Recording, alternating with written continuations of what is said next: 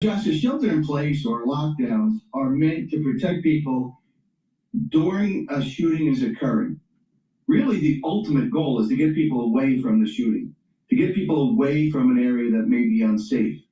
So once that lockdown, that shelter in place is lifted, it's the goal of law enforcement to get those people out of the area where the incident occurred. It's also an ongoing investigation, which means evidence is still being collected or preserved at the scene. So the goal is to get people to a safe location. When you lock down, you're locking people down to prevent the shooter from getting to them until law enforcement can get to them and protect them. We want them out of the area. Now, I understand that there's been an increased law enforcement presence. Honestly, right now, this might be one of the safest places in Rhode Island because of the amount of law enforcement presence. Brian Higgins, as always, thank you so much for taking the time to join us and helping to break down all the latest information. Again, that surveillance video released. We could potentially get more today, as there have been those different releases of images and video pretty much on a daily basis here since all of this played out on campus over the weekend. Brian, anything we missed, anything you want to make sure to add here before I let you go? No, Josh, I think we covered it today for now. As you said, I think more will come about today and tomorrow in the next few days. All right. Thank you again for being here with us. We definitely appreciate it. Of course, Josh. And we are also covering another developing story coming in out of Massachusetts, the Boston area here. I want to pop this up on your screen to give you a look at what we're talking about. Now, about 50 miles away from Brown University in Brookline, Massachusetts, there is this other high-profile homicide investigation that's been launched after an MIT professor was gunned down in his own home, with the shooter still on the run as of this morning. The Norfolk District Attorney's Office confirms Nuno Loureiro, a 47-year-old physicist and fusion scientist, was shot Monday night at his home near Boston.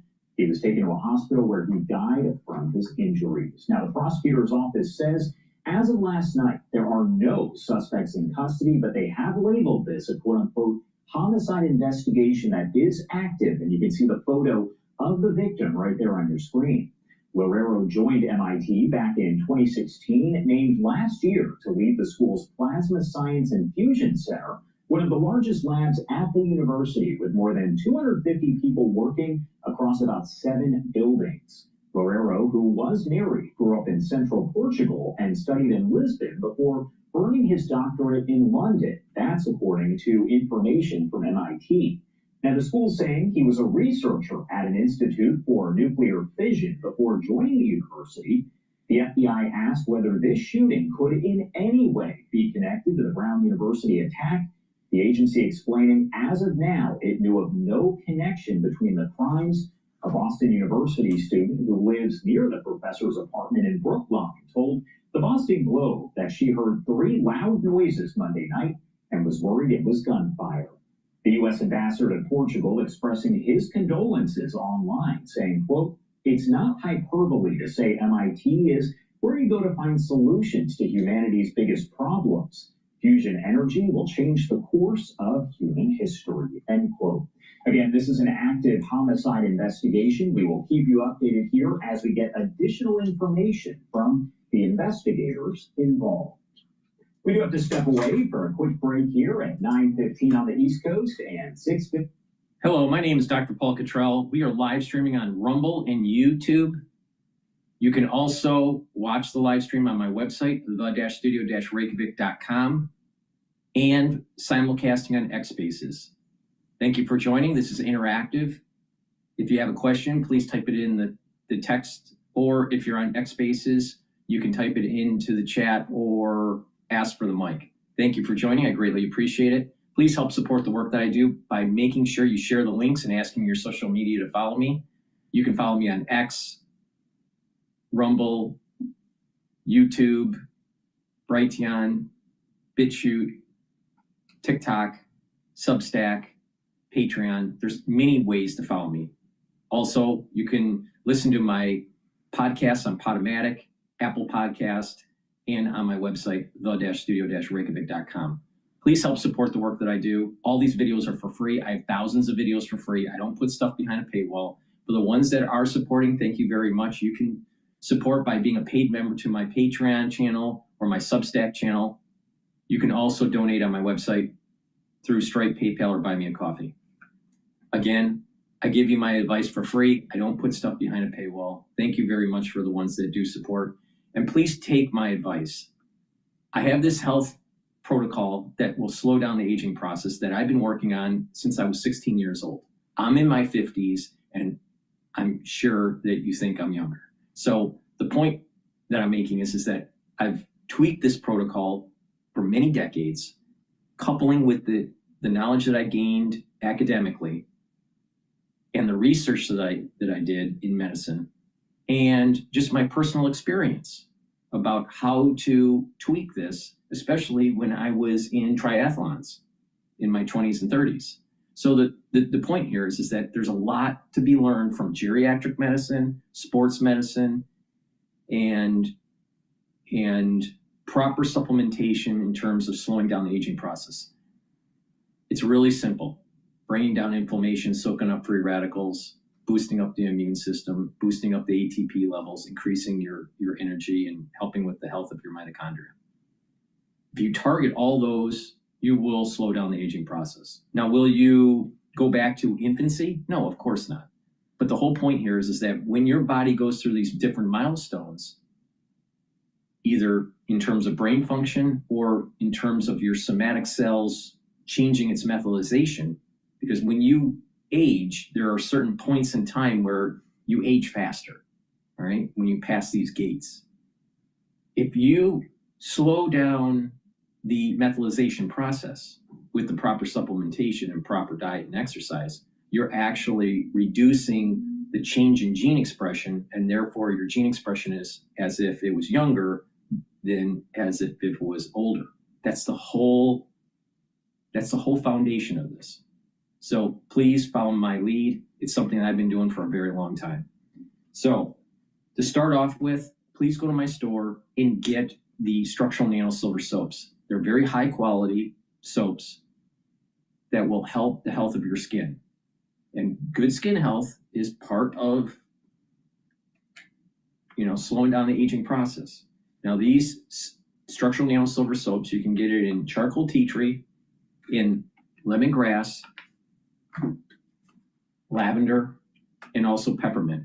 They're made from structural nanosilver, so it'll help to neutralize. Super important if it's during the winter season, because certain things are floating around, like sub K, all right? So pay attention to what's going on. There are some cases that are increasing in the UK and increasing in the United States. You need to pay attention. Use the structural nanosilver soaps. They'll help with the health of your skin, but it also will help to neutralize. In addition, taking vitamin D3, super important. It'll help to absorb calcium, do resistance training, and that calcium that you're absorbing will be deposited in new bone matrix to improve the density of your bone. This is super important. Males and females need to do resistance training and build muscle to prevent osteoporosis and osteopenia. Now, vitamin D3 is also a gene expression cofactor, so your genes will express properly, so your cells perform properly. This is part of the reason why if people aren't getting enough D3, they're sluggish, their body isn't performing as well, because guess what? Your genes aren't expressing the way they're supposed to. So get the vitamin D3. Also, vitamin D3 is super important during the winter season. Why? Because it helps to get cells to go into apoptosis when they're infected. A lot of times when a cell is infected, the apoptosis pathway is inhibited. Vitamin D3 prevents that inhibition.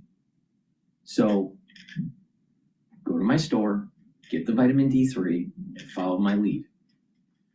All right. With that, let's go to Bloomberg. Oh, by the way, make sure that you use discount 5, all caps, discount the number 5. You get $5 off any order. If you spend $100 or more, you get a free gift until supplies last. Please, I want you to get the products. I want you to get healthy, because a healthier society means that our healthcare will be less.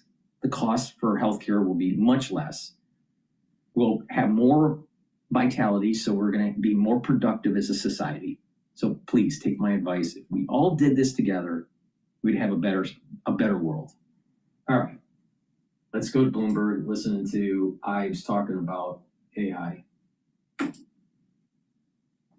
AI party starting 9 p.m. It's now 10:30 p.m. Party goes to 4 a.m. All right, 10:30 p.m. until the party ends at 4 a.m. Bud Bush's Dan Ives, always a pleasure. Thank you so much for joining us on set. A lot more to come here on Bloomberg Open Interest. In the next hour, we've got more on the AI trade with Ann Barry of Threadneedle Ventures. This is Bloomberg Open Interest. All right, so we missed Ives' take, but I'm sure they'll replay it, so we'll get it later. The S&P 500 futures is trading at 6,869. It's up 13 points. VIX is trading at about 1589. Oil is trading below oil's trading below $56 a barrel. Bitcoin's trading just below 88,000. And the Japanese yen is trading at 155.58. There's been a big move in pre-market session for natural gas. It's now trading at 3.99 or so, 3.993. I suspect that when the United States hits Venezuela with our air campaign and potentially even naval campaign, because I'm sure that the Navy is going to launch Tomahawks too. I suspect that natural gas will spike, and so we should see the futures of natural gas to go up to maybe about 4.2 to maybe 4.4. But the big move will be the futures in oil. All right. And it's trading below 56. It's just below 56. So, this session will probably trade with a 56 handle, and it'll probably pop up $4 or $5 when the air campaign starts. So, what I did was I put positions in the futures market in natural gas and oil, waiting for the bombing in Venezuela to start. That's my take on it. Now, in terms of the S&P 500, yesterday it closed around 6,800. I have an year-end target of 6,850. Maybe if there's a Santa Claus rally at 6,900, but I doubt that. So I think it's going to be around 6,850. Now, what happens next year? I have a feeling that maybe that first month, maybe January, we might, see a little bit of a decline, and then it'll start to tick up. And the reason why I think it's going to start to tick up, people are going to get these $2,000 rebate checks, right? Or rebate on their a refund on their taxes. I'm not sure how it's going to be used. I think it's actually a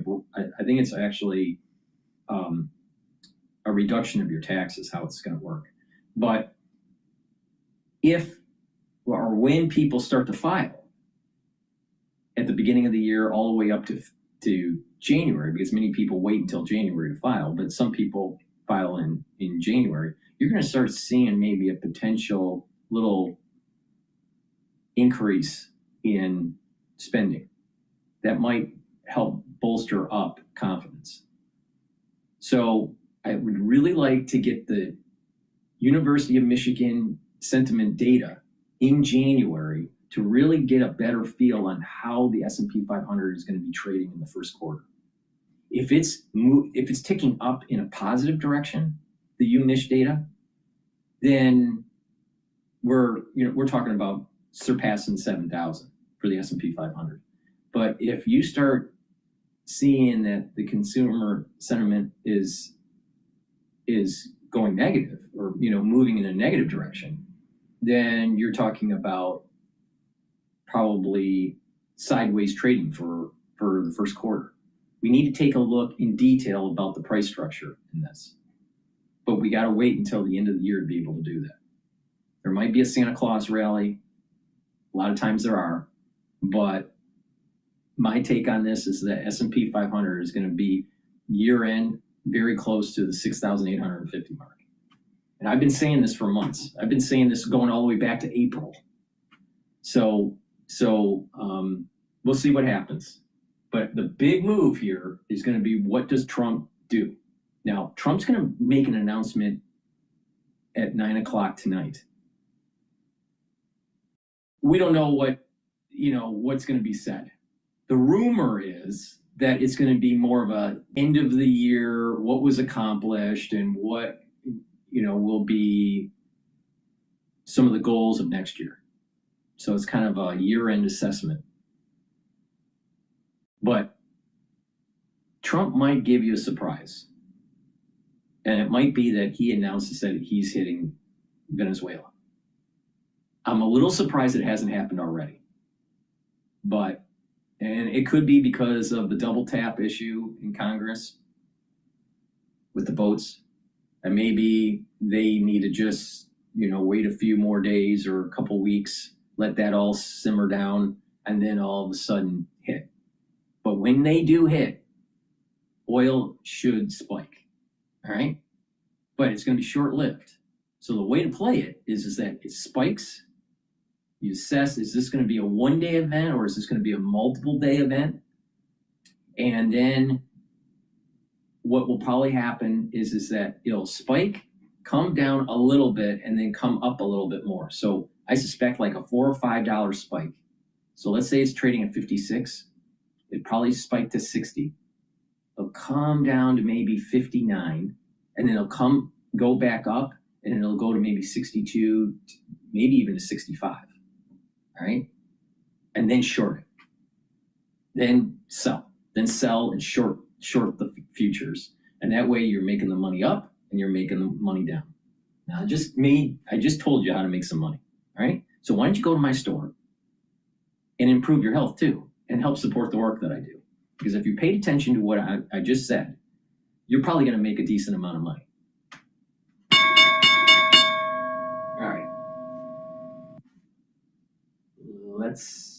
All right. Let me plug one product and then we're going to go back to Bloomberg. One of the pillars the market just opened here. Let's take a look at what the S&P 500 is. All right, the S&P 500 is trading at 6,803 at the moment. Okay, so the first pillar of my anti-aging core protocol is taking cleanse or max 35. Cleanse is 30 parts per million. Max 35 is 35 parts per million. You take a teaspoon a day, every day, swish it in your mouth, gargle about 20 or 30 seconds, and then swallow it. This will help to boost up your immune system, your innate immune system. It improves your oral cavity, the health of your oral cavity. It improves the health of your oral pharynx, which is the back of your throat, helps to maintain your mucosal barrier, and helps the health of your epithelial cells, which are super important. If you have a little bit of irritation or your barrier is compromised, guess what? You get sick quicker. So what you want to do is maintain healthy epithelial cells. And when you're boosting up your immune system and you're neutralizing, which this does, the chances of you getting something, especially during the fall or winter season, is diminished. And if you look at people that are chronically sick, guess what? They age faster. You know why? I'll tell you. Because they have high inflammation, a lot of free radical production, and that will age the tissues and bring down the immune system if it's chronic. So what you want to do is stay healthy. When you stay healthy, people actually age slower. It's really simple. So please go to my store, get the cleanse or the max 35, take it every day. If you're not feeling well or someone around you is not feeling well, take a tablespoon or two. All right? The reason being, if someone's not feeling well around you, you want to prophylactically be active in protecting your body. All right? So please go to my store, get the cleanse or the max 35. I've been using this protocol to helping to boost up the immune system for over 5 years, every day. So please go to my store, take my advice. It works. All right, and the added benefit is you weather the storm in the winter much better, and you slow down the aging process. Okay, let's listen to Bloomberg. The new things that are coming through. And then, of course, there's a very, very important pillar, which is relatively new, which is AI CapEx. And we're not really seeing any clear signs that there's going to be a meaningful slowdown. So as we're looking through to 2026, this is still a really constructive macro backdrop, ideally with less policy uncertainty that was shaping part of the first half of this year. This constructive macro backdrop, that definitely appears to be the consensus. People are really looking ahead to 2026 and saying that they see more of the good stuff, more of the tailwinds that we got in 2025. How much of this is all priced in? I mean, is the best scenario priced in right now? You're right. So this is very much a consensus view. It's always a struggle to find anyone who's very, very negative about the growth outlook. The kind of the key risk, which is sometimes being flagged, but I don't think with any significant conviction, is really around inflation. What questions around, are we underpricing the risk that inflation is going to take up? We're not seeing any clear signs of that, but we do admit that that is a risk, particularly when coming off the back of tariffs, and we're ultimately just looking for how companies are going to be behaving in the first 2 quarters of next year. The other big risk, of course, is going to be around AI, and we have seen that narrative shift where there's more and more questions. So I'd expect that every earnings season will be looking for proof of delivery. Really, are these companies delivering on these expectation earnings? And then can they continue to reassure concerns from investors that there is a bubble building up? So we think that they will prove, I guess they will continue to deliver on those earnings, but I do expect that caution, that concern to persist through 2026. That persistent caution will persist. It's going to be something of a backdrop for investors. So do investors start to broaden out their focus beyond the big tech names in the U.S. to the rest of the market in the U.S. to other companies outside of the U.S.? Yeah, as you can imagine, this is really the key question for investors. No one really wants to be left behind in the tech story. There are concerns about the bubble, about a bubble. But that still doesn't mean that they want to necessarily move away from tech exposure. And certainly that is our view as well, that we do think it will continue to be a leader. But there are other ways of positioning the portfolio, kind of adding some elements of diversification, as well as trying to build on something that could be fairly impressive gains for next year. Take my advice. Do not invest in China. Do not invest in Europe. Stay with U.S. equities. Chances are in 2026, there's going to be some concern about the high valuations of these Mag 7 because of the AI investment. We're already seeing problems with Oracle. We're already seeing problems with OpenAI, potentially even problems with NVIDIA. So most likely the armor is cracked and there's going to be less euphoria in investing in these AI stocks, the Mag 7, all right? So as those multiples start to go down, money should flow to some of the other S&P 500 companies. So you want to kind of, I would stay in the S&P 500, all right? Because it's broad indexed. You know, it's a great broad index to invest in. Or you may want to move towards Russell indexes, where it's mid and small cap. All right. Now the problem comes in is that if there's a recession that may start to emerge in 2026. You want to stay away from small cap and move towards blue chip. And this is the reason why I think staying in the S&P 500 is better. All right. Now the S&P 500 is heavily weighted on Mag 7, but as it starts to rebalance, there's opportunity when you dollar cost average in. You're buying in the dips. You're actually getting that readjustment, and over time, you're going to do better. They'll be doing better. Now, if there's not a recession, and it looks like there's going to be, a decent growth in the economy because of new jobs coming online, people are building new businesses, the job market is good, people have confidence. This is the reason why the University of Michigan Index is so important to watch. If it's positive, then small cap will benefit. And so the Russell indexes will benefit. You got to wait. This is the reason why I'm saying that first quarter is really important to find out what is going on with the economy. All right. So if it's positive, stay in the S&P 500, wait it out because of the shakeout of the Mag 7, or go into the Russell indexes. If it's negative, you want to just, if you don't have any cash on hand, stay in the S&P 500, all right?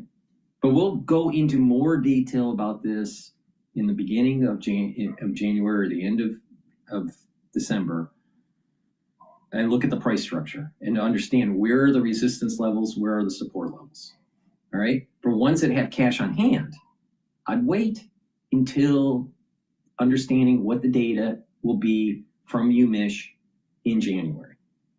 All right.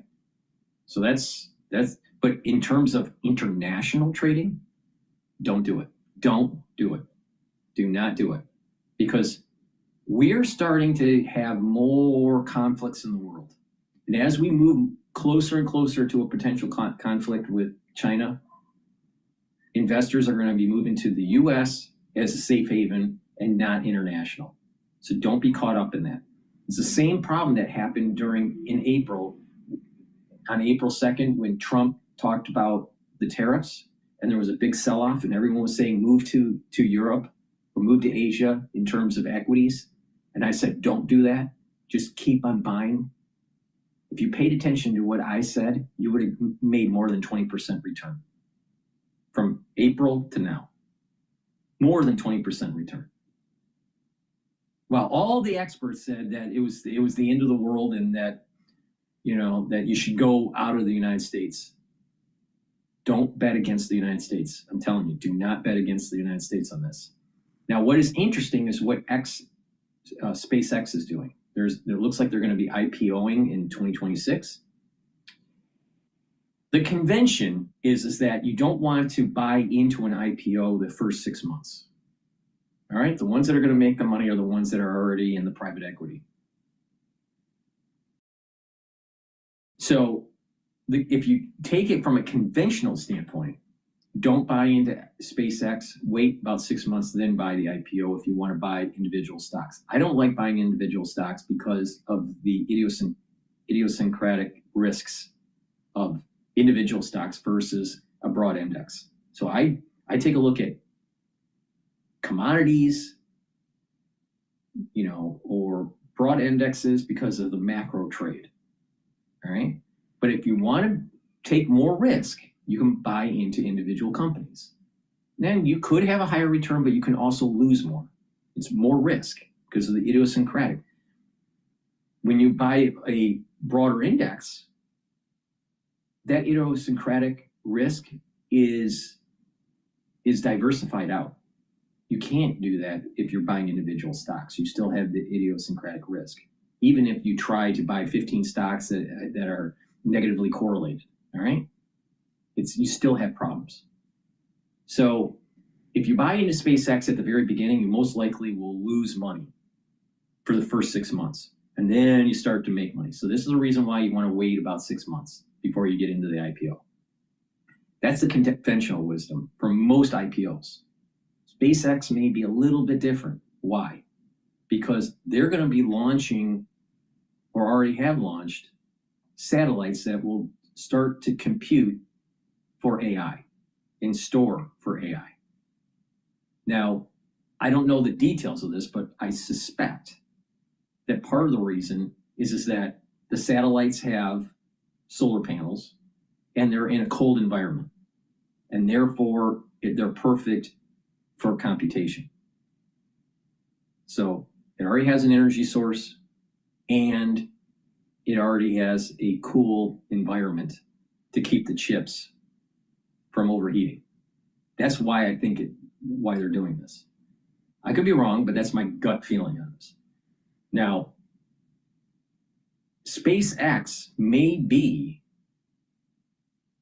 benefiting from this build out of AI with their satellite network. All right. So they may actually be that reason may give you a good indication to buy before the 6 month. All right. So SpaceX may be not your typical IPO. In addition, SpaceX's grid, its satellite grid, is going to be important for the war. So if there is a war in South America or in Asia, SpaceX is going to benefit. In addition, SpaceX, if they just by flipping a switch, they could take the business away from T-Mobile, AT&T, and Verizon, and be a cell carrier by just flipping a switch. It's not like they have to build out anything. So, and Apple has already worked with Elon, with SpaceX, to use their Starlink system. If SpaceX ends up selling phones, then it will also take the iPhone market. Now, I suspect that SpaceX won't do that, at least in the near term, and just leverage their network for AI creation to help with their exploration of the moon and Mars, and work with defense. And that's where their money is going to be coming from. But there's going to be an added revenue stream once Starlink gets on your cell phone. All right, people use Starlink for internet at their home. Not a lot of people, but just think about all that money that they're going to be able to suck in when they compete with Comcast, with AT&T, with Verizon, with Spectrum, with all these internet providers and cell phone carriers. SpaceX and Starlink are going to take it's going to be the dominant player. So this is the reason why I think the IPO for SpaceX is going to be pretty good.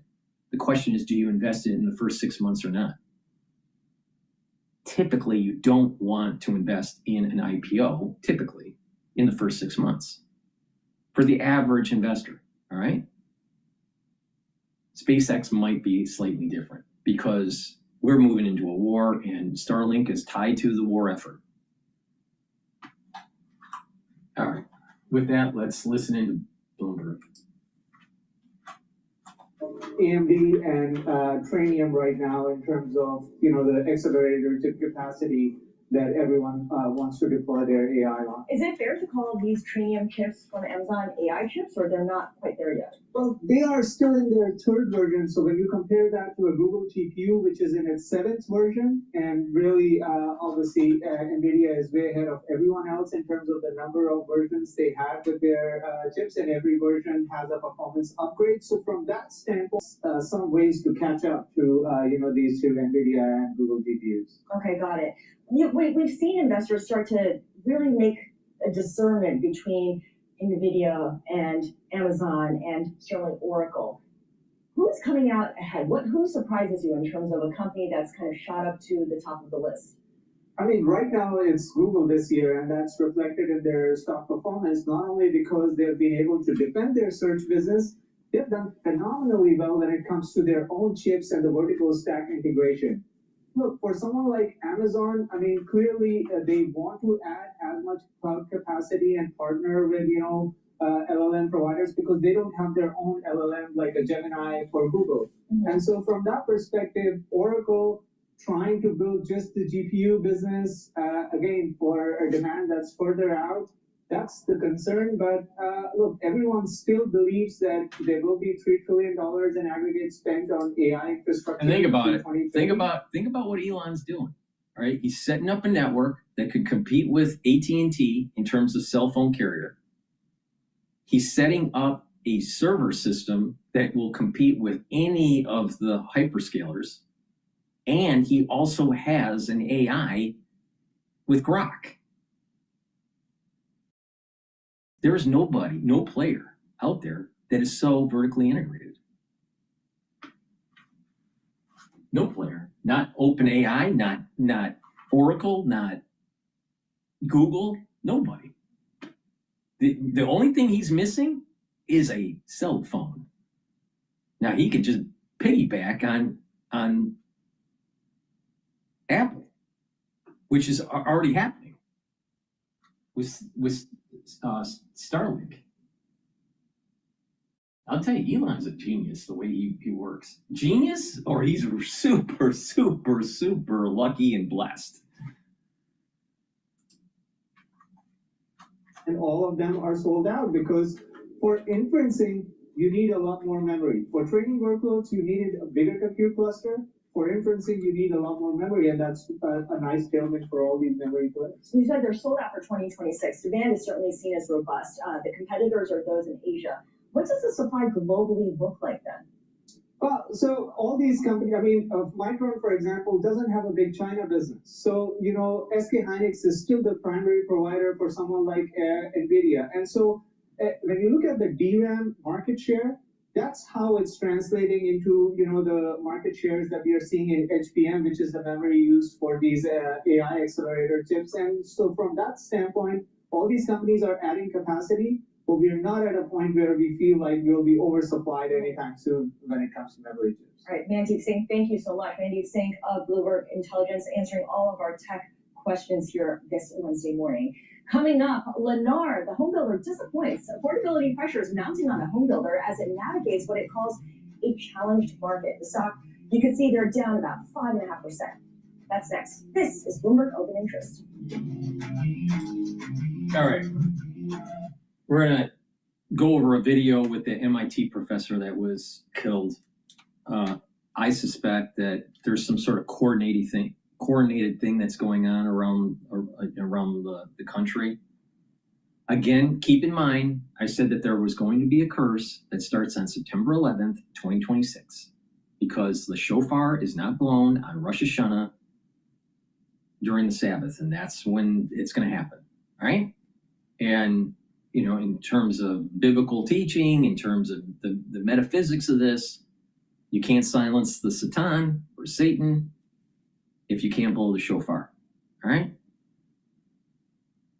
So curses come. Now, curses can come to a community or to an individual or a religious group, even a country or the world at large.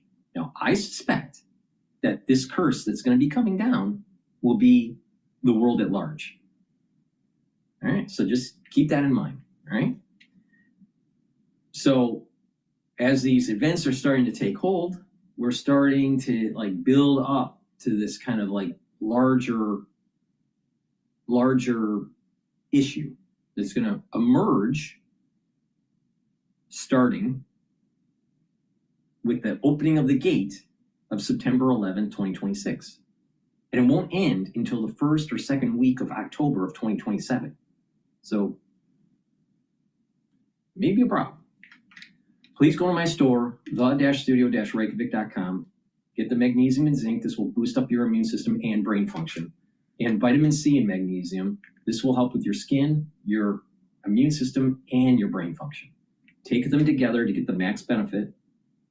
Do it every day, but especially during the winter season to boost up that immune system. And like I've said, because of the aftershock of the crisis of 2020, if you're 40 years of age or older, within 5 years, you're going to know more people that have early onset of dementia. Within 5 years. About 30% of that cohort group that's 40 plus or older, within 5 years, 30% of them will have early onset of dementia of some sort of degree. Maybe slight, all the way to severe. And what you're going to have is they're going to be divided into 3 different categories. Ischemic, where you have microbleeding and microclotting at the cerebral level. That's damaging neurons. That's about 70% of the 30%. About 24.9% of the 30% will develop amyloidosis, build up a plaque, very similar to Alzheimer's. And about 0.1% will develop prion disease. Now, the reason being is that for the last two categories, if you have chronic inflammation, you're damaging the mechanisms in your neurons to break up misfolded proteins. And if you have proteins that have high beta sheets and they're misfolded, they'll accumulate and create plaque and amyloidosis. Prion disease is actually a subset of amyloidosis that's contagious, all right? So point here is that you need to keep the inflammation down, because if you keep the inflammation down, you're reducing the probability of microclotting, you're reducing the probability of microbleeding, you're reducing the probability of not being able to break up those misfolded proteins. Now, you can take my advice or don't take my advice, but my accuracy on the COVID era is like 100%. All right? Maybe 99.999999%. It's very accurate. So please take my advice, but if you don't, it's your own doing. Please go to my store and start protecting your neurons. All right, let's talk about now the MIT professor that was shot yesterday.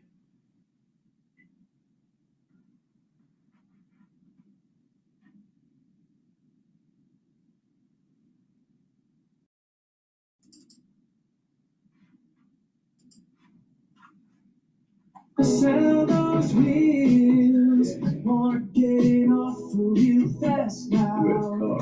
Investigators in the Brown University shooting say there is no evidence of a connection to the shocking shooting death of an MIT professor who was shot at his Brookline home last night. Brandon Truitt spoke to students who say they are rattled by another act of violence impacting a college community.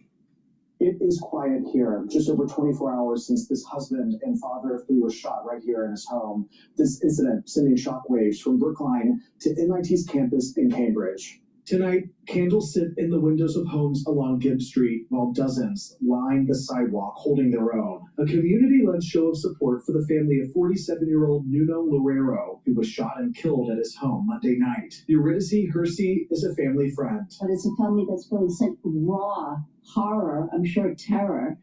And what do you do with something that's indescribable? By midday, MIT confirming the victim was a physics professor at the university. Originally from Portugal, Loureiro would climb the ranks to lead the Plasma Science and Fusion Center, one of the largest labs at the institution. The university president sending her heartfelt condolences to his family, students, friends, and colleagues. I think it's just really tragic and sudden, and especially this week too. It's just like a lot of really senseless violence. I feel like it hits too close to home. Despite the tragedy happening miles from the Cambridge campus, students Well, here you know, the thing is that if someone says that it's just senseless violence, really? What happens if the violence is strategic? It's not senseless, all right? And I suspect that what is happening with the shootings that happened in DC recently, where the National Guard members, one died and the other one has been released from the hospital. You have the shootings in Brown, the killing of the MIT professor. What about the FBI breaking up a plot in California, a New Year's Eve plot that they were planning for bombing? These are coordinated, all right? Now, I'm not saying all of these events are tied together, but what I'm saying is these were coordinated events. Senseless killing is random. This is not random. Let's just keep that in mind. Now, of course, they interview a stupid student that thinks that, they know stuff, all right? And most students don't know anything because they haven't lived, all right? So it's not senseless. Senseless is random. This is not random. This is targeted. And so intelligent individuals will see that and go, well, okay, what was the reason? Why? And dive into like the details of this. What is going on here? This is coordinated. This was on purpose. Why? It's not senseless. Not every death is senseless. Don't be stupid.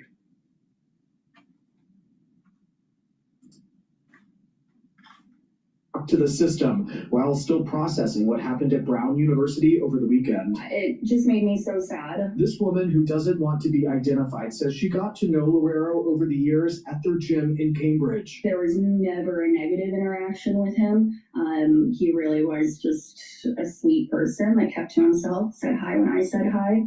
And it's obviously very sad that we lost a life. Back on Gibbs Street, neighbors who reported hearing 3 gunshots watched as investigators spent the day removing bags of evidence from the home, still stunned by what's unfolded here while throwing their arms around this family. It's the only way to get through something that's so enormous, so tragic, so frightening, so insane. I mean, this community is the only way to manage this. And at this point, no arrests have been made. Police have not made it clear if they know who they're looking for. Their investigation continues. In Brookline, Brighteon Channel, WBZ News. So many questions tonight. Brandon, thank you. All righty. All right, let's listen into another video about this. This was from that was Boston, CBS Boston. Let's listen to Emerson. Oh no, that's Brown. There's more information about the Brown case than anything else. Let's listen to NBC Boston.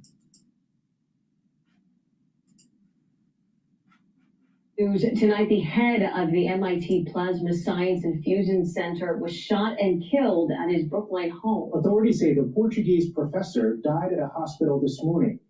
NBC 10's Oscar Margain has more. We heard a really loud noise. I thought it sounded like a crashing. An MIT nuclear science professor shot at his home on Gibbs Street in Brookline Monday night. Police said 47-year-old Nuno Loureiro was taken to a hospital where he died Tuesday morning. He had a young family, and they went to school here. Horrible.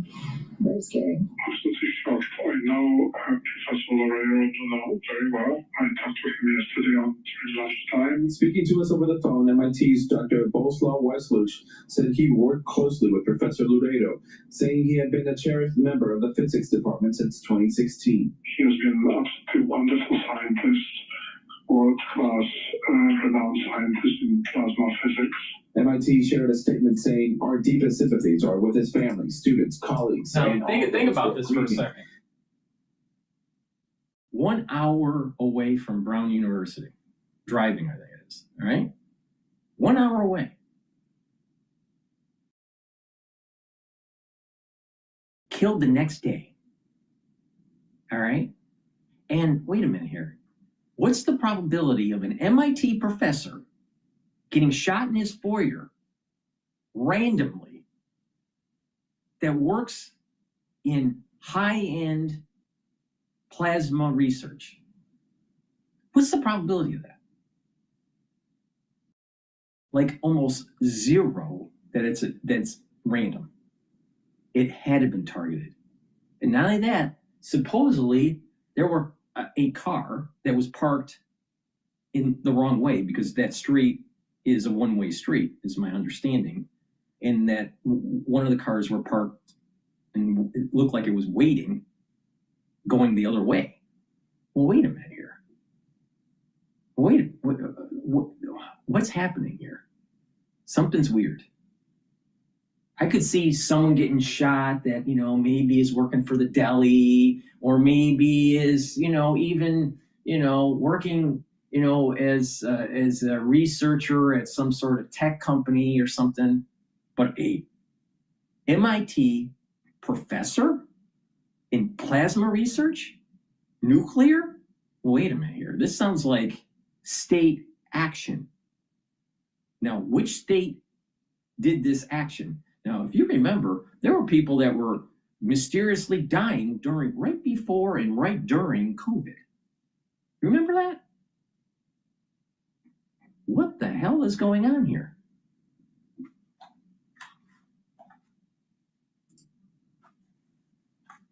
Focused outreach and conversations are taking place with our community to offer care and support for those who knew Professor Laredo. Wonder what the prime suspect was, why he went after him. The killing of the Portuguese scientist has left neighbors wondering about a motive and if their own safety is at risk. I'm walking around, I got children in the playground, like around the corner. The loss has moved Anne Greenwald to bring the community together in mourning. We're living in such terrible times right now that it seems like violence is just happening everywhere.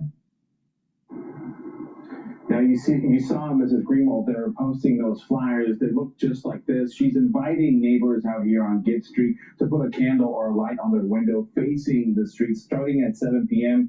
in honor of the professor. Now, we also reached out to the Norfolk County District Attorney's Office to try to ask them if there's still a risk out here for the public. They would not answer that question. Reporting live in Brookline, Oscar Mardane, NBC 10 Boston. Very strange. He's feeling unlucky. Very strange. Immediately, when I heard the news, I thought target. He was targeted. Immediately. I didn't even, and another thing, if you remember Ted Kaczynski, all right? The Unabomber, the ones that have lived through the 80s, they would know what I'm talking about. He targeted individuals that were in technology that he felt would hurt society. So he was bombing, researchers. And no one knew who it was. It was the Unabomber. And then eventually his brother realized that he wrote the manifesto that was published, and then they were able to catch him in a small cabin. Right? I immediately thought of that. I immediately thought of like the Unabomber. Right? Now the question is it a state actor that's hunting them down to prevent technology to advance? I saw on an X post, it's like the 3-Body Problem series, where you had an alien race that was trying to kill off certain researchers to prevent technology to advance. Now, I'm not saying an alien shot the professor, but the point I'm making here is that it's either a state actor or someone that is a lone wolf like the Unabomber that is knocking out people that are at the cutting edge of certain types of research. Now, I wouldn't be surprised, and I haven't read any of his research, nor will I, but I would not be surprised that there is a military application.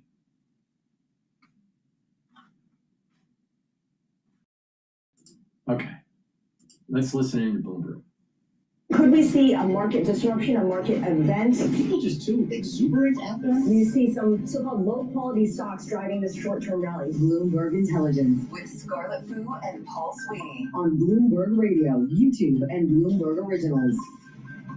Good Wednesday morning from the Bloomberg Interactive Broker Studio in New York City. We're streaming live on YouTube. Head over to youtube.com and search Bloomberg Podcast, and that's where you'll find us. It is Scarlett Fu, Paul Sweeney, the Bloomberg Intelligence Program. Coming up, we're going to check in with Geetha Ranganathan, Bloomberg Intelligence media analyst, on this whole Paramount, Netflix, Warner Brothers Discovery red headline just crossing the terminal.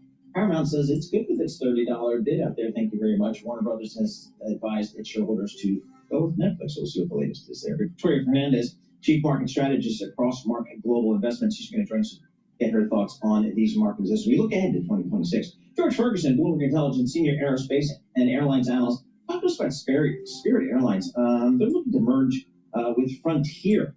I want to go to a Fox clip here that is interviewing an expert saying that the shooter from Brown for the Brown University issue here knew what he was doing. That it was that he knew who he was targeting. Now, I haven't seen this video, but before we do, please go to my store, the-studio-reykjavik.com. Get the vitamin B complex. This is going to help with your cellular metabolism and protect neurons and boost up your energy levels. Vitamin B complex, the first 4 B vitamins, will help with the electron transport chain, and that will help to build ATP so you have more energy. When you have more energy, your cells perform better. If you notice, people that age, especially ones that are aging faster, their energy levels are going down. You notice? Their metabolism is going down. Well, if you have healthier mitochondria, your energies are up and the aging is slower. So get the vitamin B complex, improve the health of the mitochondria and build up that ATP. Vitamin B complex will rev up the cellular metabolism so your tissues perform better. And the vitamin B complex has vitamin B12 to protect your neuron. Super important, especially if you're 40 years of age or older. Okay, I want to listen into this clip. Is of the person of interest in the Brown University shooting as the manhunt continues into yet another day. Hi, Lucas. That's right. Good early morning, Carly and Todd. The Providence Police releasing a new enhanced video of the person of interest in the shooting at Brown University over the weekend. In the video, which we'll play here, you can see the man wearing a hat and face mask, walking and looking around at times with his hand in his pocket, at others with both hands behind his back.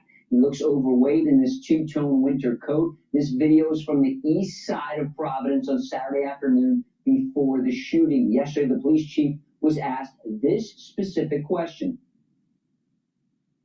Evidence that suggests that the victim of a cook may have been targeted. No, not at this point.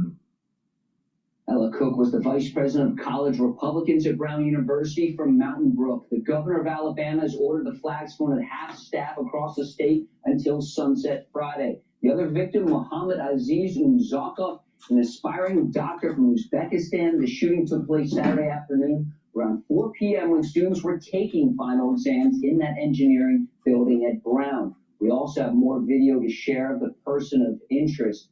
This video at 2:53 p.m., about an hour before the shooting, from a Nissan Rogue, shows the person of interest walking near the engineering and physics building with that building there in the background. The next video shows the shooter in the distance walking away from the crime scene at 4:03 p.m., just minutes after the shooting. You can see the police sirens and lights as he walks in the background. The FBI and police are asking the public to share any potential tips and leads. The state's attorney general says to date, the investigation has not determined any motive, but overnight President Trump posting to Truth Social, he's wondering why there are not more security cameras at the school to get a better look at the shooter, guys. Certainly is a question. Lucas Tomlinson live for us this morning. Lucas, thank you. With that, let us bring in private investigator Toby Braun. And Toby, let's pick it up there where Lucas left off, talking about the lack of cameras. A lot has been made of that in the media as to why there weren't more cameras on campus as a whole. But there's a really interesting article on Fox News Digital this morning, and it shows that there was an actual blind spot of cameras, no cameras, where the actual shooting happened. Do you think the shooter knew that, Toby? Morning. I certainly do. This guy engaged in his pre-attack surveillance. He knew the area. He knew exactly the building he was targeting.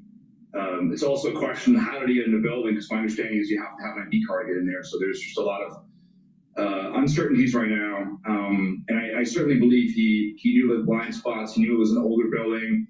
Why there was no cameras, it's baffling to me. Older building, newer building, should have mattered. And I believe the security chief at that campus has some serious questions to answer as well as to why there was no more additional cameras present there. But I certainly think the area. Yeah, well, we now have what is being described, Toby, as enhanced video footage of this suspect. And police are saying that what they released yesterday is a montage of clips that show him before the shooting, possibly casing out the area to commit this crime. I mean, you look at this type of video for a living. So what stands out to you in it? First and foremost, his gait. It's very distinct, the way he carries himself, the way he walks. And you can see right there, he's engaging in that pre-attack surveillance, that right before, making sure it's a soft target, making sure there's no law enforcement in sight, and just rehearsing his attack right before he goes in that building and commits it. Again, that gait is very, very distinct, and I believe that somebody's going to look at that and possibly recognize something that feels common about it, that feels familiar, and that may be the clue that we need to solve this thing. Toby, what also stands out to me from the videos is that you see an individual walking and you know the time. And when I put those two pieces of information together, I think, shouldn't law enforcement be able to run a cell phone data check to see what cell phones were in that specific location at that specific time to narrow down the possible pool of suspects? Yeah, that's a great point, and they certainly are. I'm very confident that the FBI, their technical team, that's one of the first things they've done is looking at that data, dumping all that data, going through it, analyzing the devices, cross-referencing the devices, and determining what devices there could possibly lead to a person of interest. Yeah, we may not be able to see his face in this video footage, but we do now we have a body type. We see, as you said, how he walked, and he puts his hands behind his back at a certain point. That's not something that typically young people do when they're going for a stroll. Would you put him at 30 years old? That's the original age that police have released, in his 30s, or would you say somebody older? I think it's hard to determine. I certainly believe it appears over 30 years old. To me, it could be somebody older. I would probably put her between 30 and 45. All right, staying in the New England area, this is another wild story. This time out of Brookline, Massachusetts. Police department there say they have no suspect in custody after an MIT professor was fatally shot inside his home Monday evening. The police releasing a statement. This remains an active and ongoing homicide investigation in order to protect the integrity. We are limited in the information we can share at this time and ask for the community's understanding and patience. When you look at this attack, Toby, do you think this attack was random or targeted? Well, it's hard to determine right now. We have limited information for obvious reasons because it is an active homicide investigation. So until we have more information about the case, determining the motive will be almost impossible. Usually in crimes of passion, the perpetrator makes sure the victim is dead, and my understanding is the professor survived until the next day, and he ended up passing away in the hospital. So it's possible that it was some kind of crime of opportunity. Question in that case would be: was anything taken?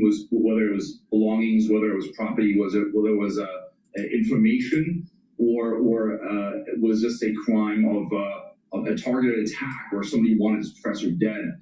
I certainly believe that it wasn't a professional hit due to the fact that he survived, and a professional would have made sure that he doesn't. New England authorities have a lot on their plate right now. Two simultaneous investigation. May not be professional, but he may have been targeted. Almost like a lone wolf or a group of lone wolves working loosely together, knocking out certain people. I don't know. It's weird. What's the probability that a MIT professor working in advanced plasma research that probably has a military application gets shot in his foyer?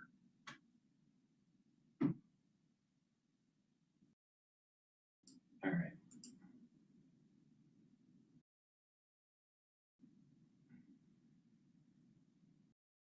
All right, let's listen into CNN about the blockade of sanctioned oil.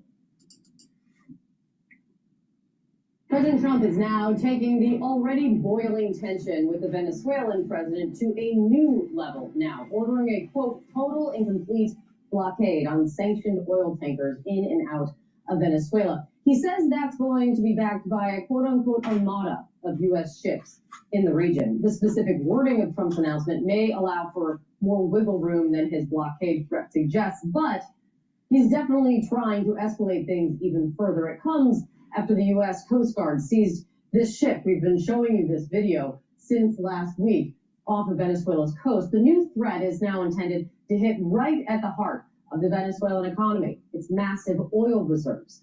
The president, it appears, is also trying to turn the focus back to the Caribbean and back to his agenda, announcing a primetime speech from the White House tonight.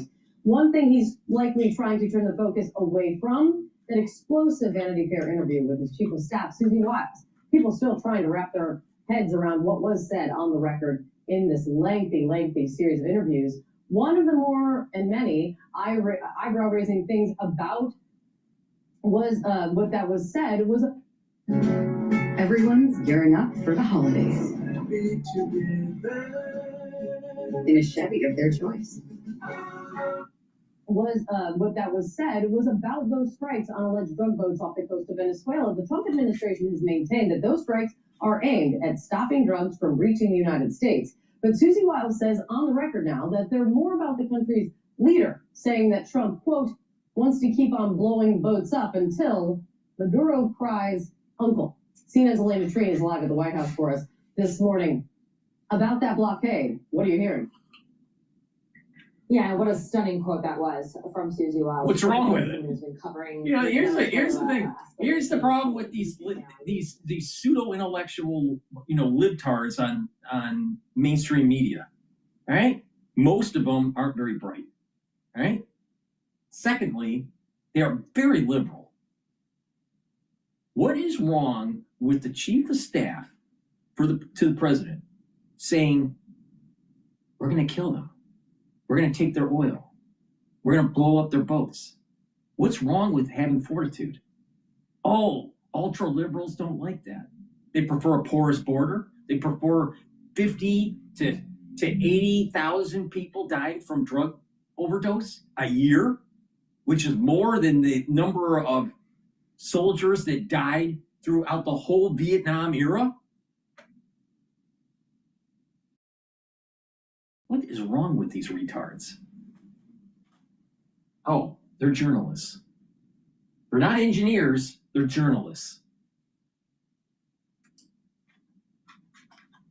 Have the White House Chief of Staff say that on the record. It is pretty remarkable, given it's very different, Kate, from what we have heard from officials maintaining that this is all about trying to stop the flow of drugs into the U.S. But to get back to your initial question, President Trump designated Venezuela a foreign. Hello. I know you're a libtard on CNN. What's wrong with having multiple benefits?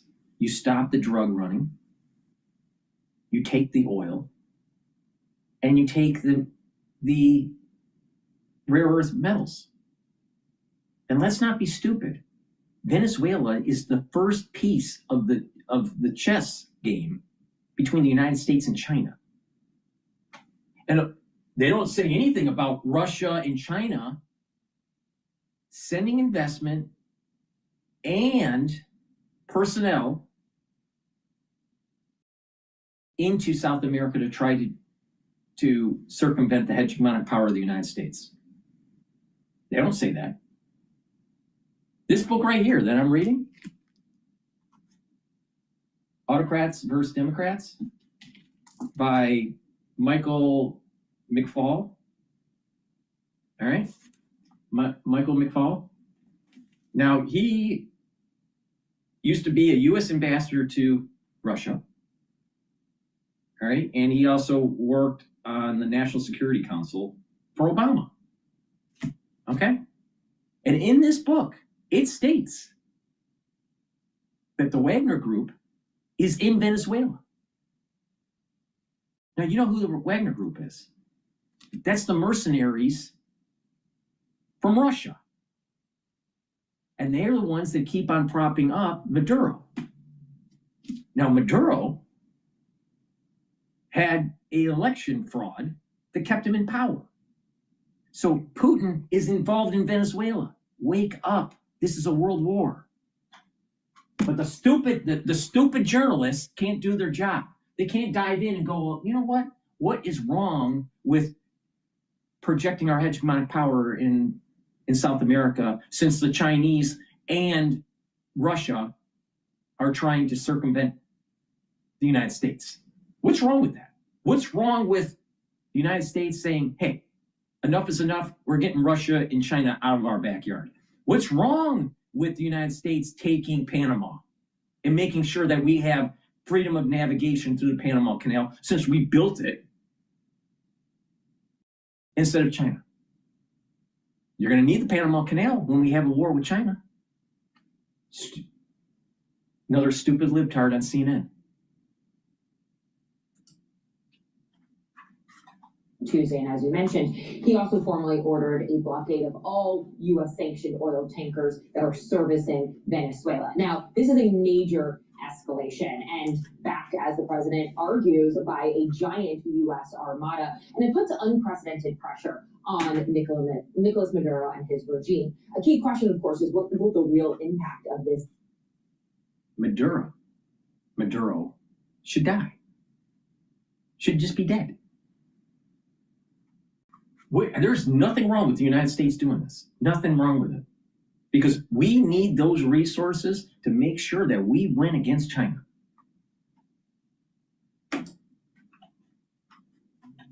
I think there's no question that it will hit their already very struggling economy especially hard and could threaten to actually bankrupt Venezuela. But I want to read you some of what the president posted overnight. He said, quote, Venezuela is completely surrounded by the largest armada ever assembled in the history of South America. It will only get bigger, and the shock to them will be like nothing they have ever seen before. Until such time as they return to the United States of America all of the oil, land, and other assets that they previously stole from us. Now, I should say, Trump incorrectly argued that they have stolen a lot of oil and resources from them. That's not necessarily true. We have reached out to clarify those remarks. Venezuela and the Maduro regime is also hitting back very hard. They're arguing, essentially, that this is showing the real threat or real kind of goal of the president, which they are arguing is to steal the wealth of the country. So a major escalation here of what we are seeing from the president toward that. Why don't they say that the Wagner Group is in Venezuela? Why?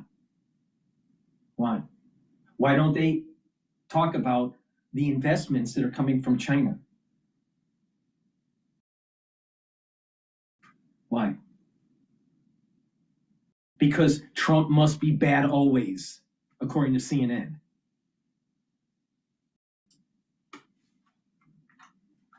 Joining us now is CNN military analyst and retired Air Force Colonel Cedric Layton. Appreciate you being with us. Oh, it's good to be with you, Rosemary. So, Colonel, on Monday night, the Pentagon struck 3 more alleged drug boats in the Eastern Pacific, and then on Tuesday, an interview with Vanity Fair has President Trump's chief of staff, Susie Wiles, revealing that these strikes were less about drugs and more about regime change, saying that Trump, quote, wants to keep on blowing boats up until President Nicolas Maduro cries uncle, and people way smarter than me on that say that he will, unquote. So what's your reaction to this?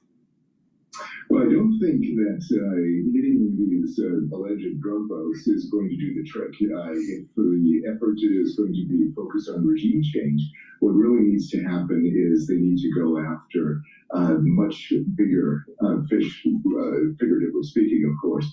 And what I'm talking about there, of course, would be something like the oil tankers. And so there's a distinct possibility that based on the president's Truth Social posting and some reporting, the distinct possibility is that he's going to go after the oil tankers. So basically like that operation a few days ago that netted the large oil tanker that was flying the Guyanese flag. That is the kind of thing that we can expect to see. And if he's going to really blockade Venezuela, and specifically with the purpose of going after those oil tankers, that would be more likely to create the conditions for regime change. It's definitely not a guarantee that it would happen, but it's certainly much closer to achieving that goal as opposed to going after the small alleged drug vessels. Right, and what is your view of that strategy? The regime change? Well, I don't think it is the smartest thing to do at this point in time. I think there are a lot of other things that can be done when it comes to Venezuela, but there is certainly one aspect of it is certainly in Trump's camp, and that is the fact that Maduro lost an election, a popular election, and in that sense, he's illegitimately the president of Venezuela right now. So to effectively remove him is not a bad idea. And you know how they know that it was illegitimate? Because they had a jump diffusion. And all of a sudden it jumped. And you remember something like that happened in 2020 in the American election. Amazing how that works. So they used this as forensic evidence to prove that Maduro cheated in the election. And they won't pay attention to the forensic evidence on how the Democratic Party cheated during the 2020 election. Yeah, it's the same jump diffusion. It should be done by the Venezuelan people.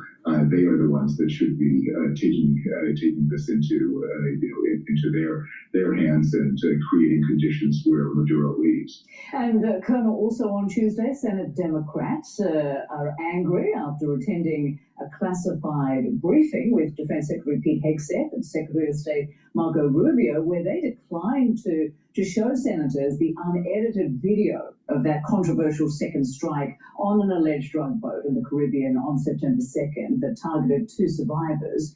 What's your response to their refusal to release this controversial footage? I think it's a big mistake. I think what the administration is looking at is the possibility that if they do release the video, it could potentially lead to everybody, or at least many viewers, looking at it and saying there were, in fact, war crimes committed. So the administration is trying to avoid that. And one of the key tells in this particular case is the fact that they changed their policy when it came to survivors, and they had a few of them a few weeks later, and those 2 that we know about, at least, were repatriated to their countries, in this case Colombia and Ecuador. So it's pretty clear to me that they didn't want to have survivors and really had no contingency plans for survivors, but that was a direct violation not only of the laws of war, but also of maritime laws. So that puts the administration in quite a bind, actually. And Colonel, what more are you learning about Hegseth's plans for major power shifts within the US military that, if adopted, would aid other efforts by the Trump administration to move resources away from the Middle East and Europe, and apparently reduce the number of generals? What's this all likely to accomplish as well? Yeah, so this is a very interesting development, and of course they'll tell you that it's a pre-decisional phase that they're going through right now, so they haven't made a final decision. But if they actually decide to reduce the number of 4-star slots that are 4-star general slots that are slated to command the unified commands, such as European Command, African Command, Central Command that's responsible for the Middle East, and similar commands, that really creates a problem, because it's really important for us to have a handle on what's going on regionally in each of those areas. And Europe, of course, is critical at this particular point in time, as is the Middle East. And if we withdraw from those areas, as well as Africa, that's going to create a real problem. All right, we'll see what happens there. Colonel Cedric Layton, thank you so much for joining us. You got to be strategic with the resources you have. You can't be everything to everyone. The American tax-paying dollar can't stretch that much anymore. They're tapped out. The taxpayer's tapped out. So just focus on what's super important. So I'm for what Trump's doing. Decouple from Europe. Let Europe handle their own problem. Let's not be focused on Africa, and let's be focused on the Western Hemisphere and the Asian theater. Totally. I think what Trump's doing is right. Hopefully he doesn't chicken out when the war in Taiwan starts.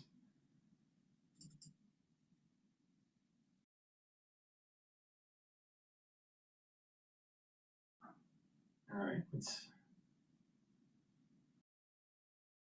listen to Fox News about the largest armada. All right, but before we do that, Breaking news overnight. Before we do that, please go to my store and get the Goodnight Formula. This has tryptophan, melatonin, GABA, and passion flower. It'll allow you to detoxify your central nervous system. You'll be well rested, and you'll be consolidating memory. Why? Because Goodnight Formula will allow you to get into 3 to 5 cycles of REM sleep and deep sleep. When you do that regularly, you're helping your brain. Please go to my store, take this every night, and slow down the aging process. If you notice, people that are chronically sleep deprived age faster. Resveratrol. Resveratrol is something I've been taking for decades. It stacks really well with C60, clarity factor, NAD+, ubiquinol. And the reason why you want to take resveratrol is it helps to maintain and promote youthful gene expression. It also gets rid of cells that are in senescence. And resveratrol is an antioxidant. It's going to soak up free radicals and help the health of your mitochondria so you have more energy. So please go to my store, slow down the aging process, and have your tissues healthier by taking resveratrol. In addition, resveratrol works with the basal layer for your skin, so your skin improves. So please take the resveratrol every day. And like I said, it works even better when you mix it with C60.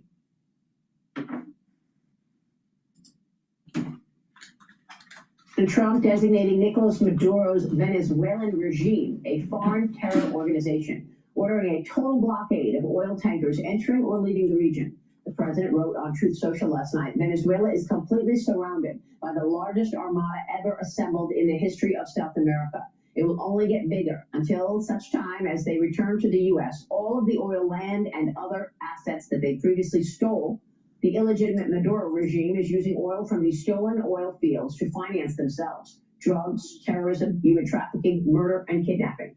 U.S. military forces striking 3 suspected narco-terrorist boats in the Eastern Pacific, killing 8 aboard. Secretary of War Pete Hegseth defended the operations and also discussed why he's not releasing the full video of September's double tap strike. Watch this. It is the 22nd bipartisan briefing we've had on a highly successful mission to counter designated terrorist organizations, cartels, bringing weapons meaning drugs, to the American people and poisoning the American people for far too long. So we're proud of what we're doing, able to lay it out very directly to these senators and soon to the House, but it's all classified. But in keeping with long-standing Department of War policy, Department of Defense policy, of course, we're not going to release a top secret full unedited video of that to the general public. Hask and appropriate committees will see it, but not the general public. Joining me now from the Heritage Foundation Center for National Security is former Pentagon official and Navy Captain Brent Sadler. Brent, thanks so much for weighing in here. What is your reaction to all of this? Yeah, I don't think releasing the full video, even if it was declassified, serves much more of a purpose. But it certainly gives a lot of fodder for propagandists out there to use and to try to continue to attack the administration's decision to go after the cartel's bottom line. What about this whole idea of designating Maduro's regime as a terror foreign organization? Your reaction? Well, I think it's inevitable. I mean, everything this regime touches and everything that's supporting it is illicit in one form or another, and they certainly have friends who are terrorists like Hezbollah, the IRGC from Iran, who are actively operating in and through Venezuela, mostly through their money laundering and their other cash-making illicit networks, but they're there nonetheless. And so I think it's inevitable. I think it's probably to be expected. Let me get your take on Ukraine and Russia, because the president of Ukraine, Zelensky, says a very workable peace plan could be presented to Russia within days. After recent marathon talks with American and European allies, the U.S. is offering Ukraine NATO-style security guarantees if Zelensky accepts this plan, though he refuses to cede any territory to Russia. President Trump says negotiators are close to sealing the deal, partially due to Special Envoy Steve Witkoff. Watch this. People love Steve, and I think we're going to be pretty close. I mean, we're going to see. I thought the easiest war to settle would be Russia, Ukraine, because they have a good relationship with Putin. It would have never happened if I were president. Brent, your reaction? It's hard to be optimistic. I mean, and also the notion that there might be a Christmas ceasefire, at least a pause in hostilities. I mean, the Russians are doing their seasonal attacks against Ukraine's energy sector to try to freeze out the civilian population. And, you know, this Christmas, or Orthodox Christmas, which is 7 January, it could likely see some positive trends with the transfer of POWs, with prisoners of war on both sides, we've seen in the past. But until there's significant pressure brought to bear both on the battlefield as well as the bottom line of the pocketbook on Moscow, it's hard to see how Putin is compelled to enter seriously a lasting ceasefire. And that's going to require harsher actions against China's economic support, industrial support to Russia, and certainly trying to get an alternative and get the Indians off of Russian oil as well. Well, I mean, look, we've got more tensions even in the South China Sea as well after the Chinese Coast Guard shot water cannons at Philippine fishing boats last week. The move injured multiple people on board, and the Philippines called this act dangerous and inhumane. China says the Philippines provoked the incident, Brent. Your reaction here? I've seen this video over and over again. I mean, play a year and months now with China and the way that they bully its neighbors across the east as well as the South China Sea. It's important to note that just a couple weeks ago, you had historic high levels of Chinese naval assets, ships and aircraft at sea in what normally is a quiet time of year in the winter months. Currently, the Fujian, the latest Chinese aircraft carrier, is just completing sea trials. So there's a lot of military activity while you're having this very violent kind of tussles and these disputed features in the South China Sea. Very clearly, the Philippines have been following, I think, a successful policy of exposing. But until, again, more is brought to bear on cost for the Chinese on doing this, we're just going to keep seeing it. Well, I mean, how would you assess President Trump's foreign policy moves in this first 11 months, given the fact that we've seen Venezuela on the march, Russia on the march, China as well? Refreshingly explicit in where America's red lines are, and also the willingness to use force. Most notably, that was underscored with the attack on Iran's nuclear weapons enterprise in the summer. But unfortunately, probably going to have to exercise that military utility probably even more than what we're seeing against the cartels in the Caribbean and the Eastern Pacific, to really get Moscow and Beijing's attention in a meaningful way. That doesn't mean you have to strike them militarily, but you certainly need to show them the hammer a lot more visibly. Yeah, and we should also add to the list radical Islam, which has been obviously coming up now just recently with these recent attacks, and of course, President Trump responding. But you mentioned that Iran attack could not be more important, of course, in this first 11 months of the president. Brent, thank you. Brent Sadler joining us. All right, we're going to go to CNN to cover a clip that's dealing with the mid-air collision around Venezuela. Please go to my store, the-studio-reykjavik.com. Get the clarity factor. This is a very strong neural stack that's going to help you to concentrate on tasks, get rid of that brain fog, and over time improve your neuroplasticity. It's going to help link your neurons together through dendritic connections. Make sure you drink it with filtered water, but take it every day. And when you do this, you're going to think faster and you're going to have better memory. Please get this very high quality neural stack. Right? And you can stack it with also C60. Works really well. Also you can stack it with resveratrol. Very high quality neural stack. Omega-3 helps with your cardiovascular health. Brings down LDL levels, helps to increase your HDL levels. Brings down inflammation and prevents your red blood cells from overclotting. Please go to my store, do some resistance training, do some cardio training, proper diet, proper exercise, proper supplementation. Get the omega-3, improve your cardiovascular health. Many people in the United States have cardiovascular disease. So you need to take care of that. So please, control that lipid profile and bring down inflammation so you're preventing further plaque development. Use discount 5, you get $5 off any order. If you spend $100 or more, you get a free gift until supplies last.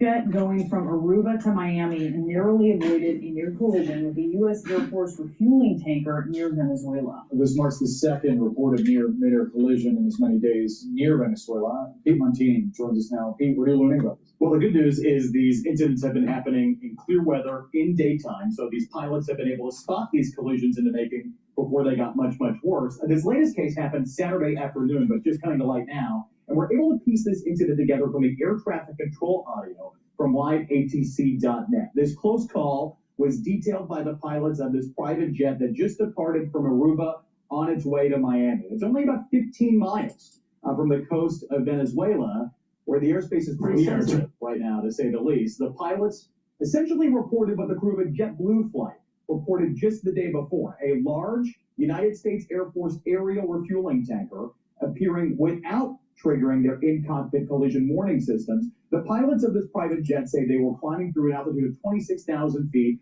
when they said they would have climbed into the Air Force jet. And I want you to listen now to the radio transmissions in which they describe this encounter being too close for comfort. Listen.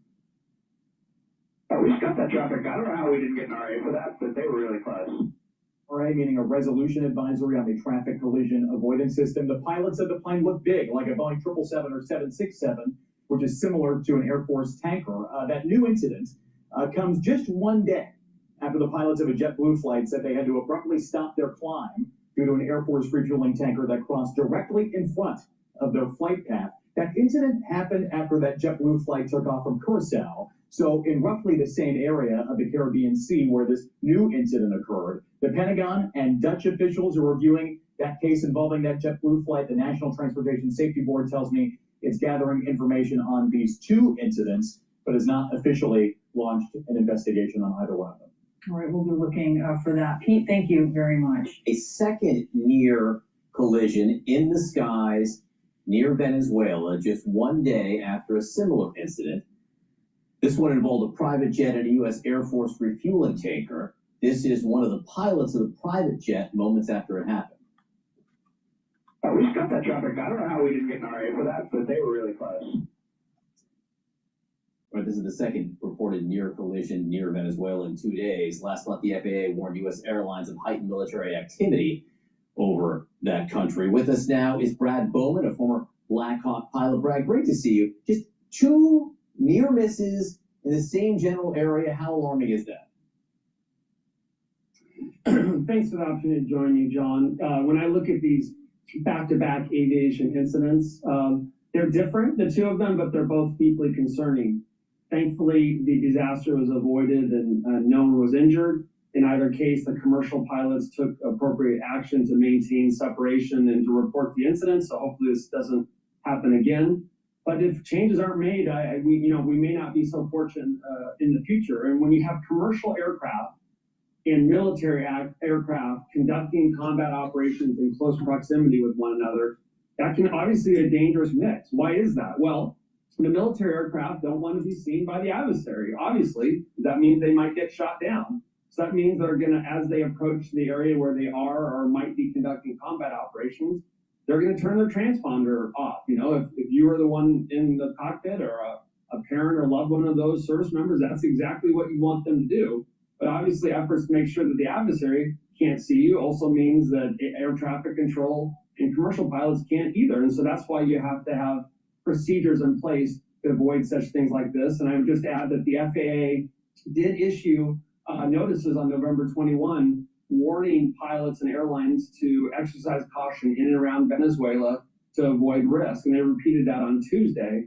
But, the traveling public, these pilots, they have a right to, they have a reasonable concerns here. And I have sources in the military that tell me that they saw these commercial aircraft and were taking appropriate steps. But this was indeed deeply concerning. Whose job is it to deconflict when these jets get close? It's a fair question. It's the job of every pilot, whether commercial or military, to ensure that they maintain separation with other aircraft. So it's the job of every pilot. The FAA has issued these warnings. That's the FAA doing their job. These commercial pilots did their jobs fully by having their transfers on and contact and coordinating with ATC and taking appropriate action. I really think that we need to be scrutinizing whether it makes sense right now, whatever one thinks of what's happening in Venezuela, and I have concerns, whether it makes sense right now for commercial airlines to be flying through an area where the FAA has explicitly issued warnings, and we may have imminent increased combat operations as we speak. Yeah, they can just choose to go elsewhere or not go in that area, correct? Right. No, I mean, there's major inconveniences to the lives of the traveling public. Not great for these airlines, but in the end, right, you're talking about a war zone, and an FAA warning has been issued. So I would not be advising my loved ones right now to be anywhere near that area. All right, Brad Bowman, exactly. Great to see you this morning. Thank you very much. If the public are flying in the area and they know that Trump may be bombing and doing operations around and in Venezuela, don't be surprised. You know, don't be stupid. Just don't be in that area. Please go to my store, the-studio-reykjavik.com, get the Gladiator Barley. This will help to build muscle, do some resistance training.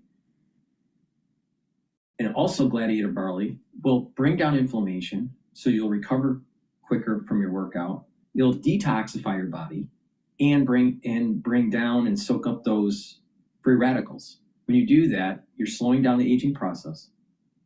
In addition, by bringing down the inflammation, soaking up the free radicals, and detoxifying your body, you're helping with brain function, helping to reduce plaque formation.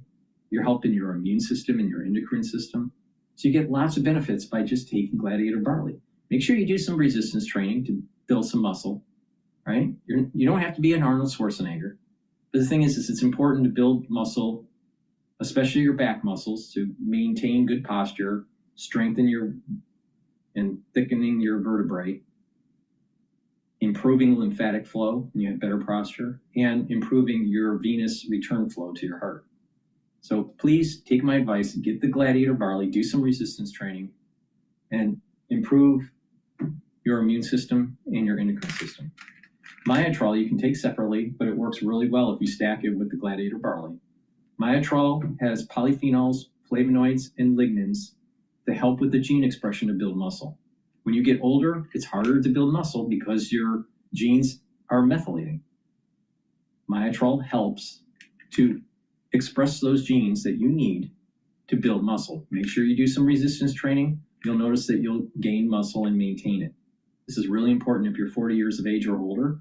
If you're an athlete and you want to gain strength for your sport, I recommend taking the Gladiator Barley and the Myotrol together. That's for individuals that are athletes, younger or older. But you can also benefit from taking this stack, even if you're not an athlete.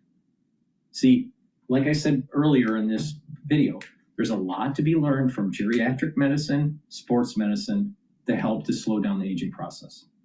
And I'm giving you what you need to be able to benefit from that research. So get the Gladiator Barley and the Myotrol, do some resistance training, and you will slow down the aging process. It's that simple. It's not overly complicated. Please go to my store, use discount 5 to get $5 off any order. If you spend $100 or more, you get a free gift until supplies last. All right, let's listen into France 24 about the blockade to get a perspective, an international perspective from France. Best is with me now. Philip, why this announcement now? Well, that is a very good question, Stuart, which I think many are trying to work out as to exactly what is going on in the United States and what the final end game is as far as Donald Trump is concerned with Venezuela. Remember, we've seen a switch from originally firing on boats in the region, then we've seen ships that have been seized. There are rumors going around that there's also regime change in the air from the part of the US administration. If you look at the message that Donald Trump has posted on his Truth Social, it's quite long and detailed. It says, Venezuela is completely surrounded by the largest armada ever assembled in the history of South America. He says it will only get bigger, and the shock to them will be nothing like they've ever seen before until such time as they return to the United States of America all the oil, land, and other assets that they previously stole from us. But he hasn't really gone into any detail about what that actually means. And at the same time, there is a feeling, I think, in Washington of this cover-up over the firing on boats, fishing boats in the Caribbean and the East Pacific. 25 have been hit so far. About 95 people have been killed. There is this film, this video of one of the boats being hit. You get the original video, but you don't get the second video, which the authorities have refused to release for the moment. And that is presumably because of the fact that Pete Hegseth, the Defense Secretary of the US, is reported to have said kill all those on board. And if that is the case, then that it could also be affiliated as being a war crime. So a lot of unanswered questions, but Trump is basically... These crazy liberals are, they're so worried about making sure you play patty cake with your enemy. We have lost the concept of winning. You got to win the war. And they just want to just have all the lawyers just run the war effort. It's amazing. It's amazing. 3 things, using oil to fund drug trafficking and other crimes, including human trafficking. He's vowed to continue the military build-up around Venezuela and also wants to return of oil, land and assets, as I was saying, that he belongs to the United States. Give us more then on the reaction from Venezuela. Well, you've seen the reaction there just now of Nicolas Maduro saying it was basically grotesque, utterly irrational, this oil blockade to steal riches, and affirms it's steal riches. All right, you know, might makes right when it comes to like defending the land, right? The reality of the situation is this: the United States had companies in South America extracting resources. Social autocrats, socialistic governments came in and took the private property away and then propped up their autocratic regime and fleecing their people. So they took private property, made it state-owned. And this is the reason why the United States is saying we want communism out of our backyard. We don't want China. We don't want Russia. We don't want any of these people in our backyard. We want it to be a democracy, an open market. Now, of course, there are some nefarious things that we do with our intelligence agencies, aka what happened in Chile. But the bottom line here is that a lot of American companies, their property was stolen by autocrats. So take it back. Venezuela is confirming its legitimacy over its oil fields.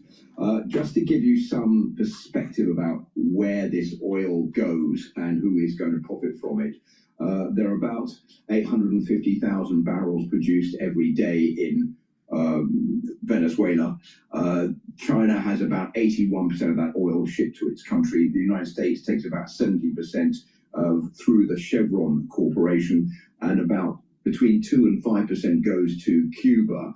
So a lot of people are saying, well, isn't this pretty obvious that Donald Trump wants to get his hands on that oil so that he can stop the influence of China in the region? There is also another question that has been raised just in the last few hours by the US Congressman Joaquin Castro, who's a Democrat. He says the naval blockade is unquestionably an act of war. US lawmakers will on Thursday vote on a resolution directing the president to end the hostilities in Venezuela. And that, I think, is once again raising the question about the whole legality of what Donald Trump is doing here. That raises questions about the legality. What about questions about whether there's some kind of bigger regional plan here? And that is probably, I think, one of the most interesting questions here. As I said, there's a large quantity, most of the oil goes to China. Is this an attempt by the Trump administration to undermine oil exports to China and China's influence in Latin America? That question has to be asked.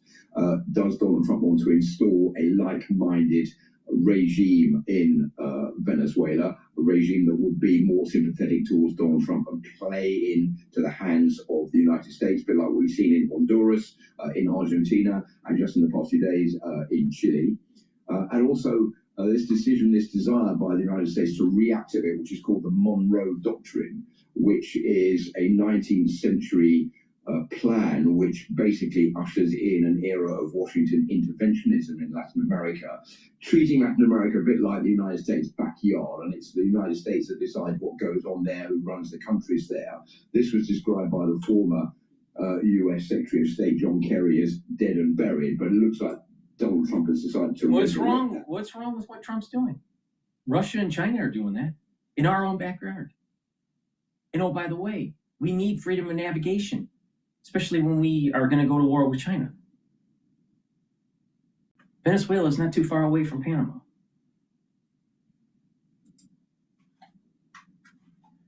And to try to exert his influence over countries that he believes could be more useful for the United States, and certainly at the moment conceived as being not useful at all in the case of Nicolas Maduro. And what Donald Trump wants to do is to neutralize drug cartels and transnational crime, and also he wants to stop the influx of illegal immigration into the United States. And many say that those illegal immigrants are coming in from Venezuela, and that's why Donald Trump wants to get rid of the Maduro regime so that he can stop those illegal immigrants coming into the US. So a lot of different policies that Donald Trump could be working on. We don't know exactly what policy that means, but there's one other thing which I think is quite interesting to draw up in all of this, and that is Susie Wiles, who's Donald Trump's chief of staff at the White House. She's been talking to the magazine Vanity Fair, and she said basically that all of this is part of a plan by Donald Trump to oust Nicolas Maduro. Don't have to look any further than that, because she said Trump wants to keep on blowing up boats until Maduro cries what she says uncle. That's to say that he is going to quit power. And in a phone call that Donald Trump had with Nicolas Maduro in November, he's reported to have given the Venezuelan president a free passage out of the country, but to leave pretty rapidly. That is something that Nicolas Maduro, of course, has turned down. Good, thanks very much for telling from our international affairs desk. All right, let's listen into France 24 about the oil price to rise because of the sanctions.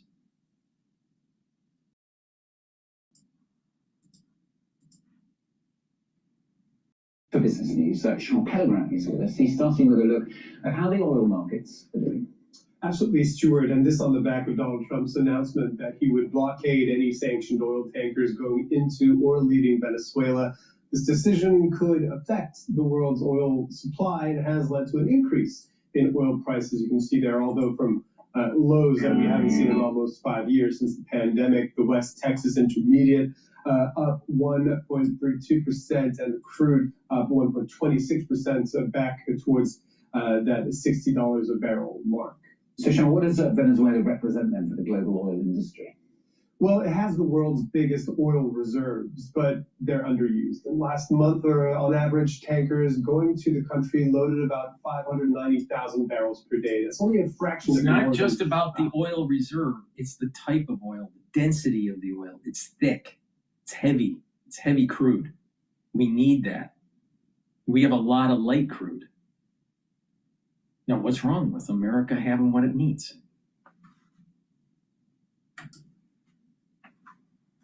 Million barrels per day used globally. It wasn't always this way, though. The country used to be a major producer a decade ago, but it has since been hamstrung by U.S. restrictions, more recently by the seizure of that tanker by the U.S. last week, and a cyber attack, which has crippled the main state-run oil exporter. All of this has gridlocked exports, which are, at this point in time, mainly going to China.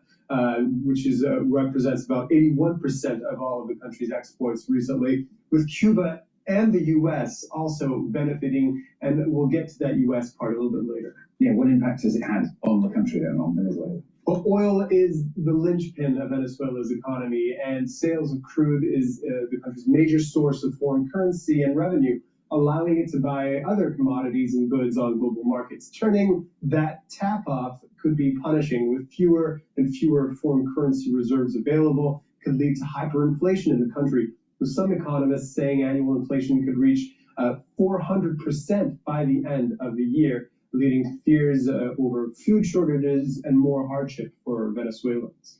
There's a bit of a strange twist to the story, though. A U.S. firm, also an important stakeholder in the Venezuelan oil industry. U.S. oil major Chevron has benefited since 2022 from a special license to operate in the country and avoid Washington sanctions. This was thanks to measures taken under the Biden administration. Venezuela's state-run oil company PDVSA, works with Chevron to drill in the country's Orinoco Belt, producing about 300,000 barrels a day and employing about 3,000 people. That's about a third of the country's total production.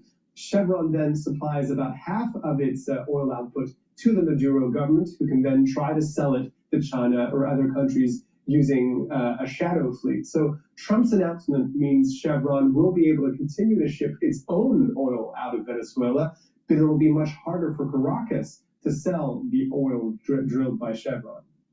Let's move to some other business news. This is an update on the possible future of Warner Brothers. Reports emerging that the leadership at Warner Brothers Discovery will urge their shareholders to reject the $108 billion hostile takeover bid by Paramount Skydance, which came on the back of Warner Brothers announcing a deal to sell its film and streaming businesses to Netflix for $72 billion. This comes as one of the major financiers of Paramount's bid. Affinity Partners, which was founded by Donald Trump's son-in-law, Jared Kushner, has reportedly pulled out of the bid. Paramount's offer is set to expire on January 8th. And we're going to end with a look at ticket prices for the FIFA World Cup. Supporters of more modest means are... We're going to go to AI eliminating jobs for the youth on Morning Joe. But before we do that, please go to my store, the-studio-reykjavik.com, and get the collagen. This is very high quality collagen, very high quality collagen. Take it every day. This is a month's supply. You can mix it with soft foods, filtered water, a smoothie, with milk, or even in coffee. But take it every day. And what this will do is improve your skin, your nails, your hair, also improve your joints, your cartilage, your musculature, and your bone density. Take it every day. It's part of an anti-aging protocol. And detoxify your body with zeolite. Take it every day, 3 small drops underneath your tongue. Drink filtered water. What this will do is bind to heavy metals, toxins, and chemicals and allow you to urinate them out within 6 to 8 hours. By detoxifying your body regularly, you're improving your immune system and your endocrine system. And when you have a better immune system and endocrine system, guess what? You age slower. So please go to my store and get the zeolite. Use discount 5, you get $5 off. All right. Morning Joe. Young people can't find jobs because we're putting too much emphasis on AI. Democrats say, things aren't affordable. This isn't affordable. This has gotten more expensive.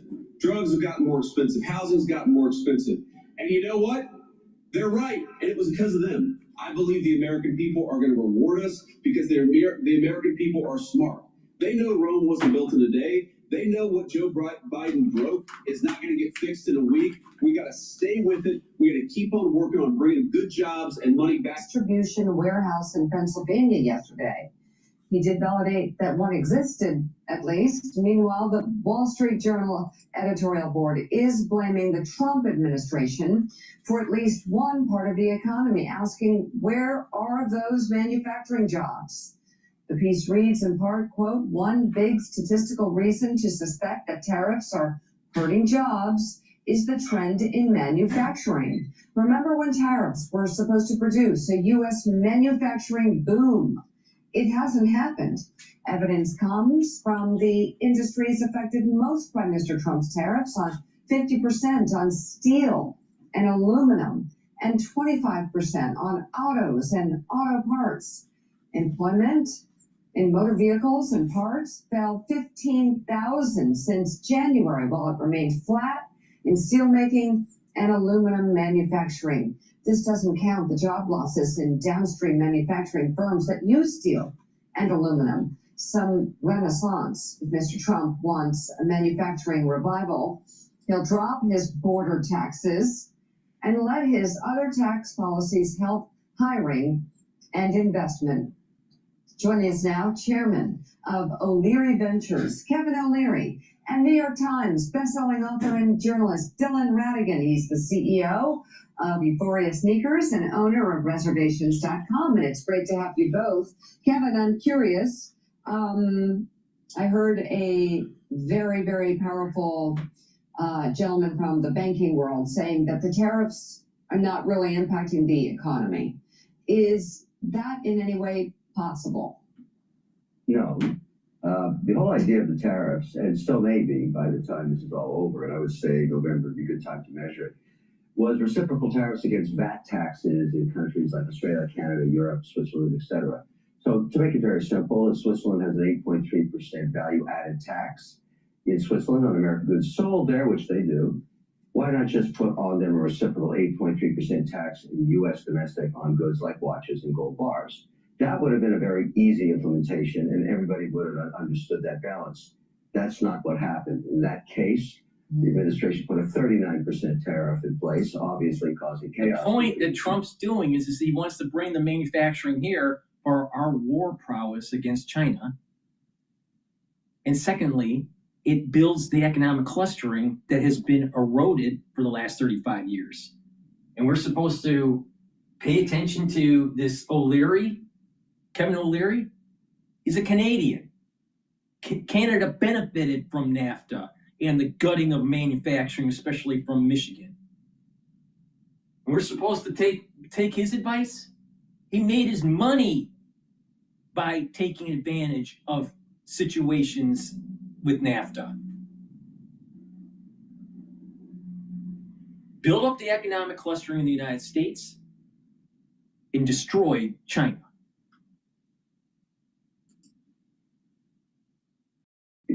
But that's a negotiation.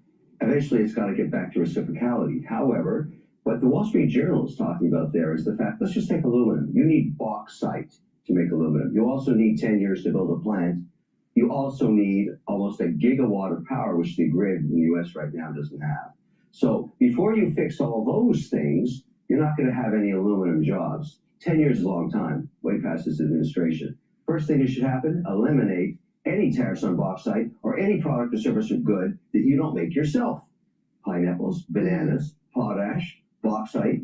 Why tax yourself? And that's the kind of thing that the Wall Street Journal is pushing on. It's sheer policy. Wait a minute. Trump is saying that the tariffs, the revenue is going to go back to the American people. See, people, he doesn't bring that up. Oh, so what's happening is the money, instead of benefiting the corporation, it's now going to start benefiting we the people, the workers. Okay? Now, think about this for a second. You have tariffs, taxes, and debt issuance. When you issue debt because the government's spending too much, you have to pay usually 10 years on interest or 20 years, depending on what the bond is. Maybe 5 years. Sometimes it's a 2-year bond, but whatever. But you have to pay interest on multiple years, usually 10, 20 years. So you're paying more when you add in all the interest when the government issues debt. If you are paying taxes, all right, your disposable income is less. And you don't have any control of that because they're taxing, state tax, income tax, right? So there's very little control of what they tax on you. There's very little control that you have, and the government has total control. And those taxes, a lot of them, are going to pay the interest on the bonds that were issued. It's not even going to the programs that we need or the societal benefits.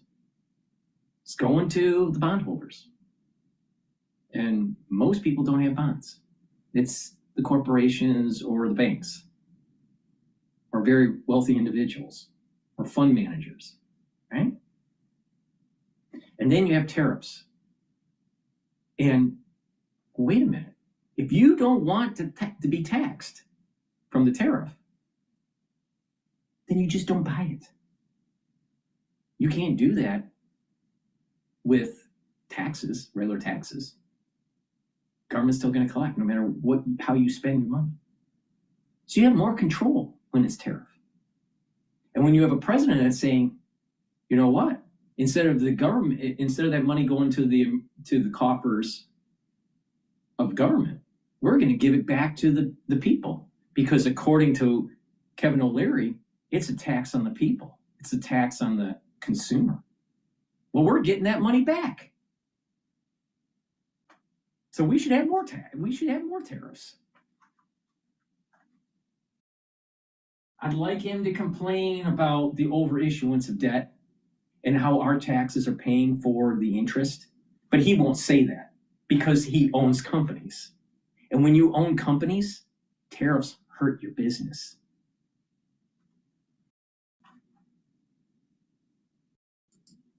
He knows where his. I think you got to give the administration some time to fine tune it. I don't shill for politicians. I shill for policy. We need a little fix up here.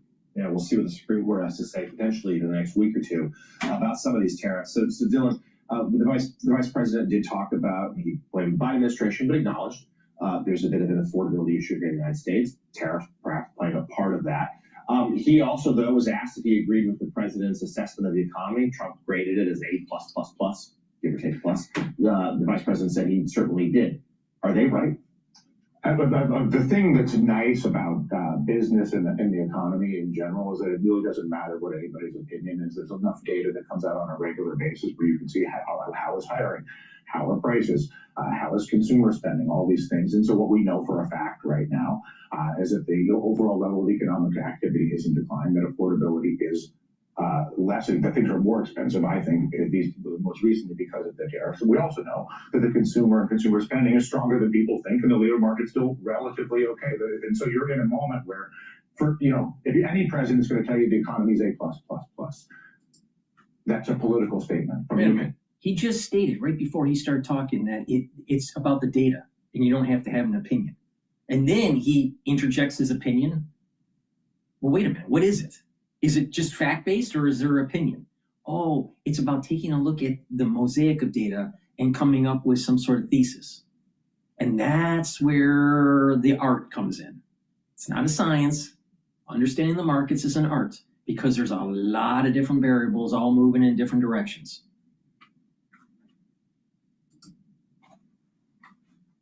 Economic standpoint, we're in a transition. The economy is slowing, and I actually think we're missing the elephant in the room, which is not tariffs and it's not manufacturing jobs. It's that 2026 is going to be a tsunami of transition as a political and social force as AI eliminates the demand to hire junior talent in software, junior talent in banking, junior talent in legal, junior talent in marketing, all these transitional jobs for young people. And Kevin O'Leary is going to make a ton of money. Why? Because he spent a lot of investment on servers for AI development.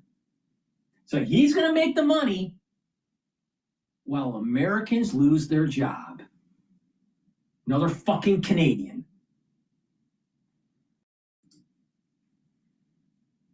At a level that I don't think people fully comprehend. And I believe that we really need to start talking more about how you're going to deal with the transition in AI, not just how we are going to benefit from it as investors and as people, but how we're going to deal with a new labor market dynamic and spend less time worried about trying to... Kevin O'Leary is smiling up a storm because he knows that corporate America is going to start paying subscription fees for the tokens that will be needed to be able to calculate those AI calculations. Go back to what I said 35 years ago. What happened in the United States? NAFTA opened up the floodgates and American manufacturing went to Canada and to Mexico. Because of the dollar was strong, the other countries were weaker. And knowledge transfer and manufacturing went to Canada and to Mexico and destroyed the economic clustering. And people like him benefited. And now stupid people, because he's on Shark Tank, look at him as like some sort of business oracle. He fleeced Americans. That's what he did. And he's still fleecing them with the fucking AI. No one calls him off on it. Look how he's smiling. It's going to be robotics. The nature of the modern factory. Look how he's smiling about that. A little grin, because he knows. And then he whines about, well, wait a minute. you know, we can't build an aluminum plant because we don't have a grid for it. But he's building data servers to suck up all the fucking energy. This guy's a fucking cocksucker. Everybody thinks that we're there in 1970. We're now missing the point, which is we're talking about tariffs and manufacturing when we should be talking about the future of work, period, in the era of artificial I mean, look, he's making so much money. Look at O'Leary. He's making so much money that he has a customized,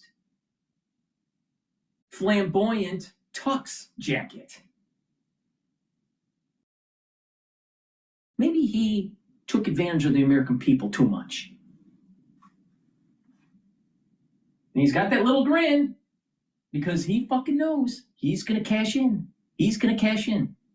Meanwhile, you have a lot of people, especially youth, that won't be able to grow their career because what he did was took away their job. But he's going to cash in and he can be flamboyant.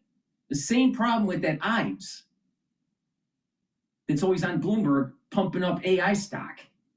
The more flamboyant they dress, the more you got to worry.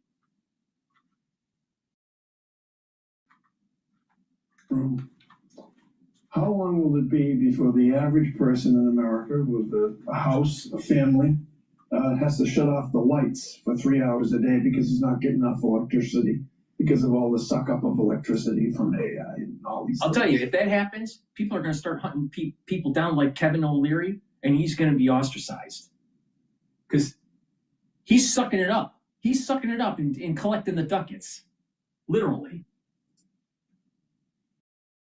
It's a very, very valid question. I'm a developer in that space, one of 18 groups doing this, going state to state to state, looking for a gig of power.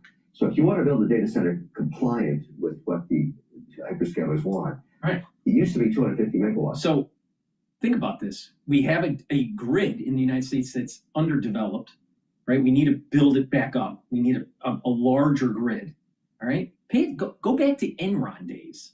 Enron was able to fleece California because of the deregulation and that the grid didn't have the capacity to be able to absorb demand.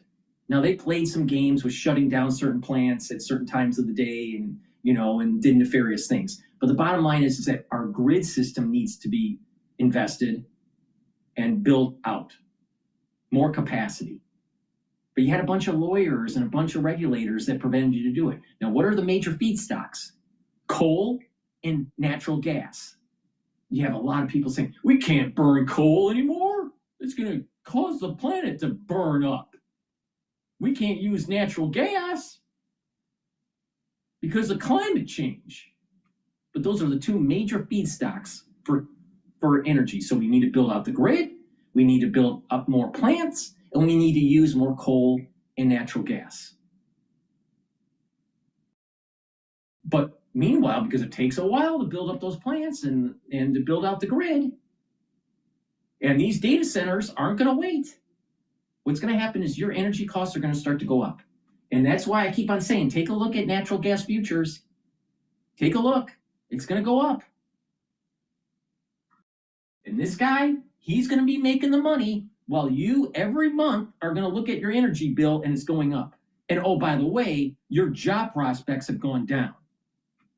This guy is fleecing America 2.0. He already did it during the NAFTA days, and now he's doing it in the 2020s. Guy's a fucking cocksucker. Now it's 1.4 gig. 0.4 is redundancy to maintain the AI learnings up. The electricity has to be up over 99% of the time. There isn't a single gig left on the grid.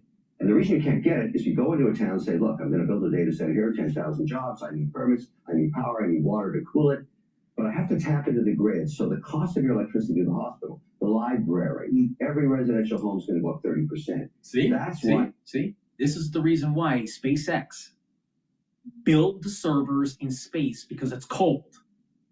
It's cold.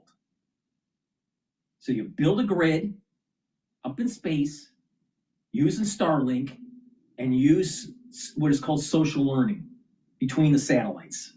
So it's cold and it's a large space. So we're basically building through SpaceX over time. What Elon's going to do is build this geosphere that's literally the AI cloud. And that's the reason why SpaceX is the answer, but it's going to take some time to get there. Meanwhile, Chrome Dome here doesn't have time. He needs to suck up more money from the general public so he can get hair transplants.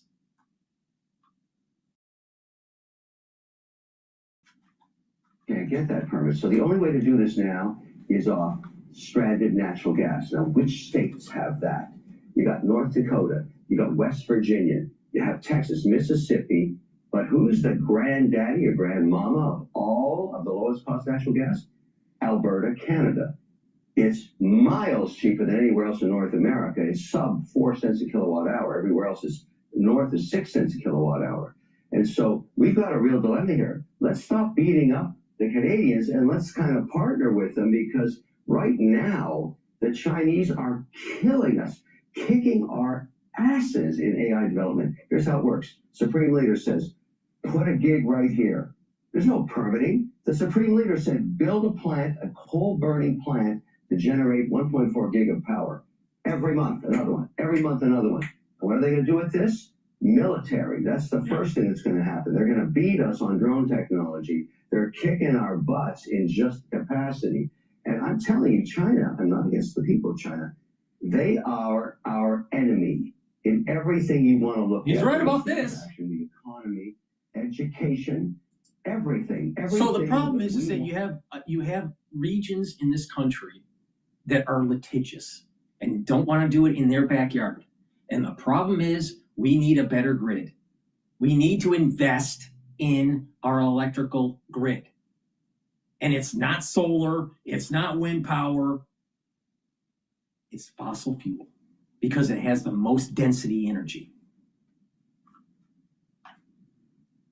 Now, are we gonna be under the flag of communism by China because we didn't want to build natural gas and coal power plants?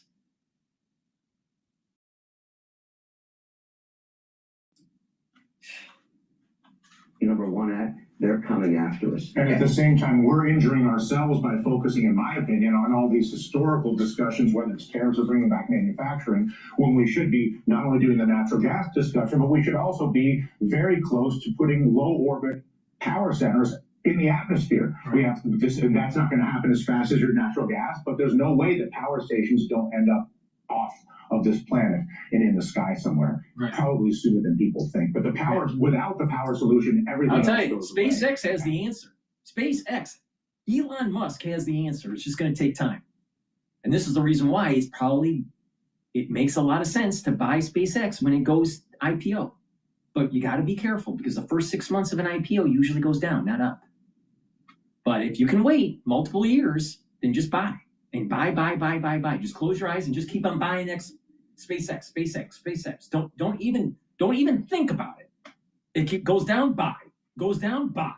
And because the thing is that SpaceX will be the solution to this. Not Chrome Dome from fucking Canada.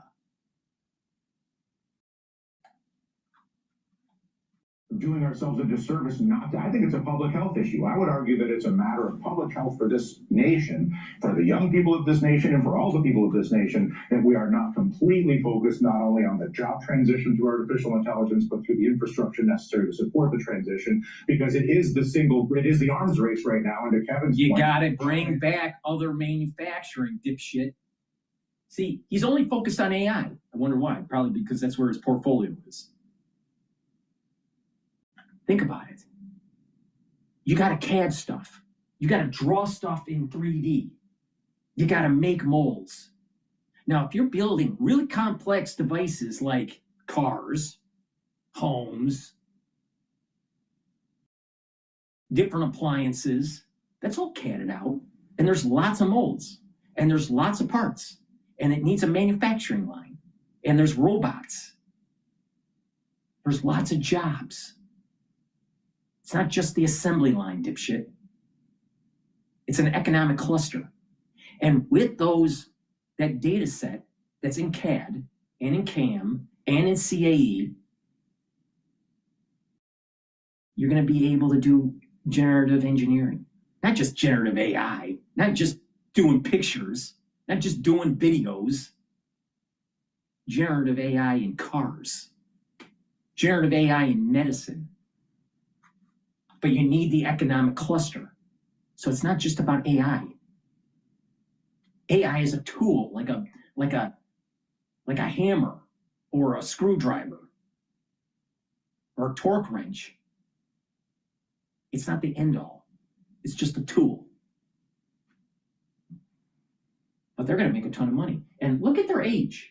Look at their age. They don't care about the wake they create in terms of loss of jobs for the youth. Kevin O'Leary's a fucking asshole. No one calls him off on it. Much better structured in terms of being all hands on deck. They know where the bullseye is and they can go directly at it, as opposed to we're sitting here arguing with each other over either meaningless issues or about yesterday's issues, and it's not helping anybody, especially 45 gigawatts of demand in North America, 5 gigs under construction that have been permitted. China is way ahead of us, way ahead of us. So Dylan, the unemployment rate has taken. Meanwhile, their population is declining. Their economy is in the shitter. The CCP is having infighting. And it's questionable that if China can even win a war against the United States when they try to take Taiwan. So are they really winning, Kevin? Are they really winning? Not really sure. I'm not really sure. Because every time you look at the economy in China, there's a lot of ghost towns. They built up too much. And the people aren't buying. They're dependent on exports. They don't have domestic consumption. So it's about the data. That's the data. And according to this dipshit here, we don't have to have an opinion. We just have to look at the facts. Meanwhile, Kevin O'Leary, with his customized tux jacket, looking like a buffoon. In this country, you hinted at this. Where are the jobs for young people going to be? And, why hasn't there been more thought given to that, considering the fact that I think no nation wants lots of... There wasn't more thought in that because Kevin O'Leary is like a black hole. He wants to just suck the money from everybody. 35 years of NAFTA wasn't good enough for him. Young people, that's a recipe for disaster on multiple fronts. So where will they? Yeah, so I think two things. One, I think that the issue in terms of the size of youth unemployment that awaits us the next 5 years is so much bigger than anybody can comprehend. It's the sort of thing that it's at 10% right now.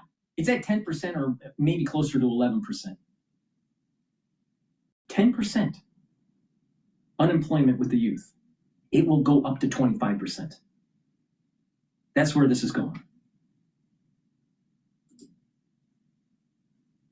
It's overwhelming to think about it. But the obvious answer to your question is any job that it drives towards creativity and people being together. Anything that is in the business of making a thing. Anything that's in the business of interacting between people. I think live events. All right.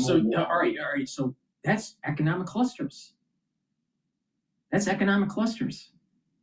Trump is trying to bring back those economic clusters through the tariffs to give incentive for companies to build in the United States and other businesses are created. But when you don't have that economic cluster, you don't have those businesses, dipshit. It's all about the economic clustering. It goes all the way back to the mistake of NAFTA 35 years ago. But Kevin O'Leary made money on it. He's on Shark Tank. He must be a smart guy.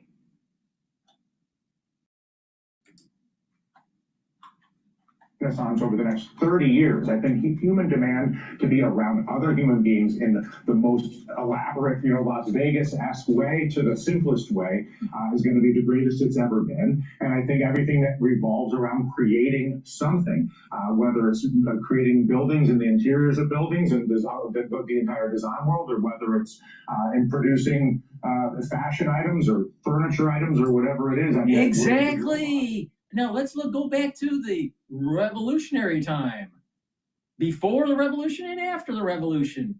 And we started making stuff in the United States, furniture, stuff, right? And then over time, we started making more stuff, and we had railroads, and we started making more stuff, and we had more businesses. But if you don't have the economic cluster, you won't have those creative jobs. You won't have those manufacturing jobs. You won't have those tertiary businesses, the tier ones, the tier twos, the tier threes. You won't have the barber shops. You won't have the restaurants.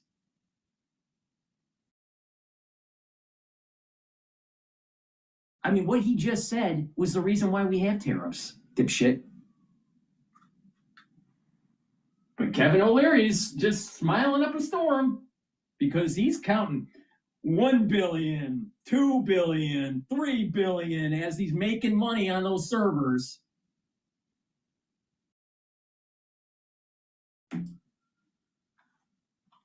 Going to take over the vast majority of the process and planning jobs. Don't think of AI as a gimmick, as a super rule. It's the ultimate process and planning tool. It's at a level that none of us can actually comprehend, and it's better at process and planning than any of us ever will be. And so process and planning gets taken over by the robots. It leaves us with creativity and live human experiences, which I believe will take on the greatest. He's making a big mistake. Human existence is not a closed system. It's an open system. It's a chaotic open system. You can't code it. You cannot model an open, chaotic system. Period. Can't do it. Now, if it's a closed system that's deterministic, yes, you can. But mankind, our societies, are an open system that's chaotic. You can't do it. And every time some sort of cybernetic bullshit comes to the fore, it always fails. And this is cybernetic bullshit. But she's not smart enough because she's Mika on Morning Joe. Another dipshit.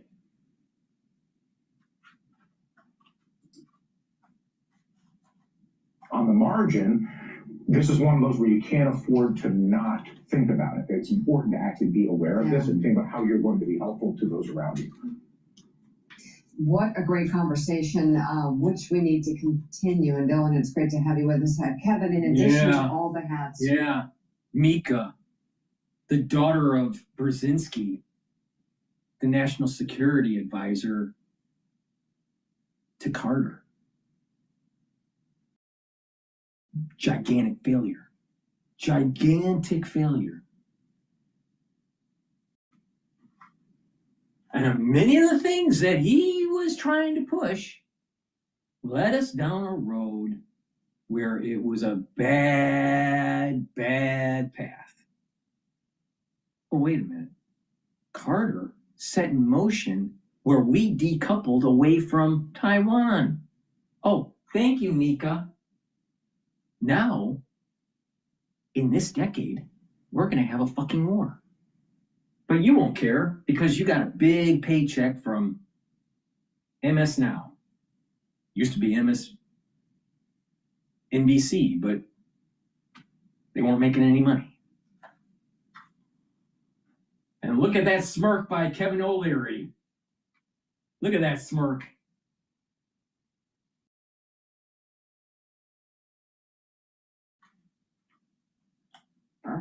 You're also making your acting debut with a role alongside Timothy Chalamet and Josh Safdie's new movie, Marty Supreme. Let's take a look at a clip.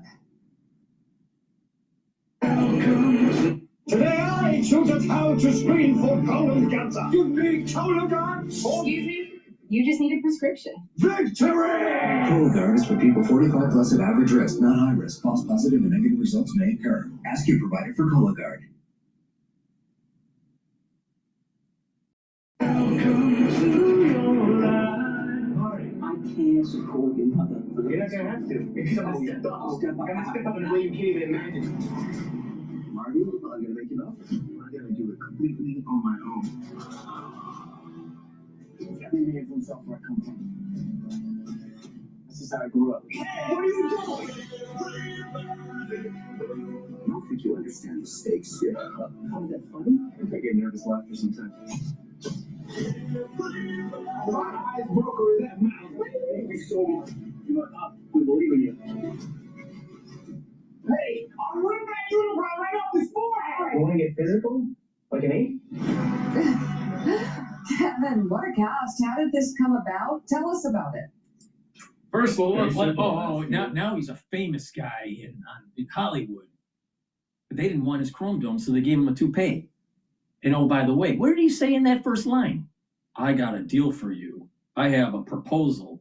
See, this guy is a shark. Oh, he's in Shark Tank. He's like the devil. I got a deal for you. How much money is he making on that deal? Beware of people like him. Beware. And he's got that smirk. Love that smirk.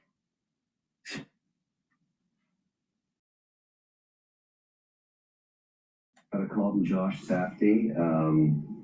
I have to tell it the way it is. He said, I've got this character named Newton Rockwell, the richest man in America in 1952, the birth of the American dream. And I'm looking for a real asshole, and you're it. And I said, wow. Yeah. He's a real asshole, all right. 25% unemployment in the youth because of people like him. And the sad thing is, with the metaphysics of this, I'm not sure if he is going to be punished for the way he is. I don't know. No one knows. No one knows what's on the other side. When you're put in a pine box and put into the ground, no one knows. I hope there's some retribution with this dipshit.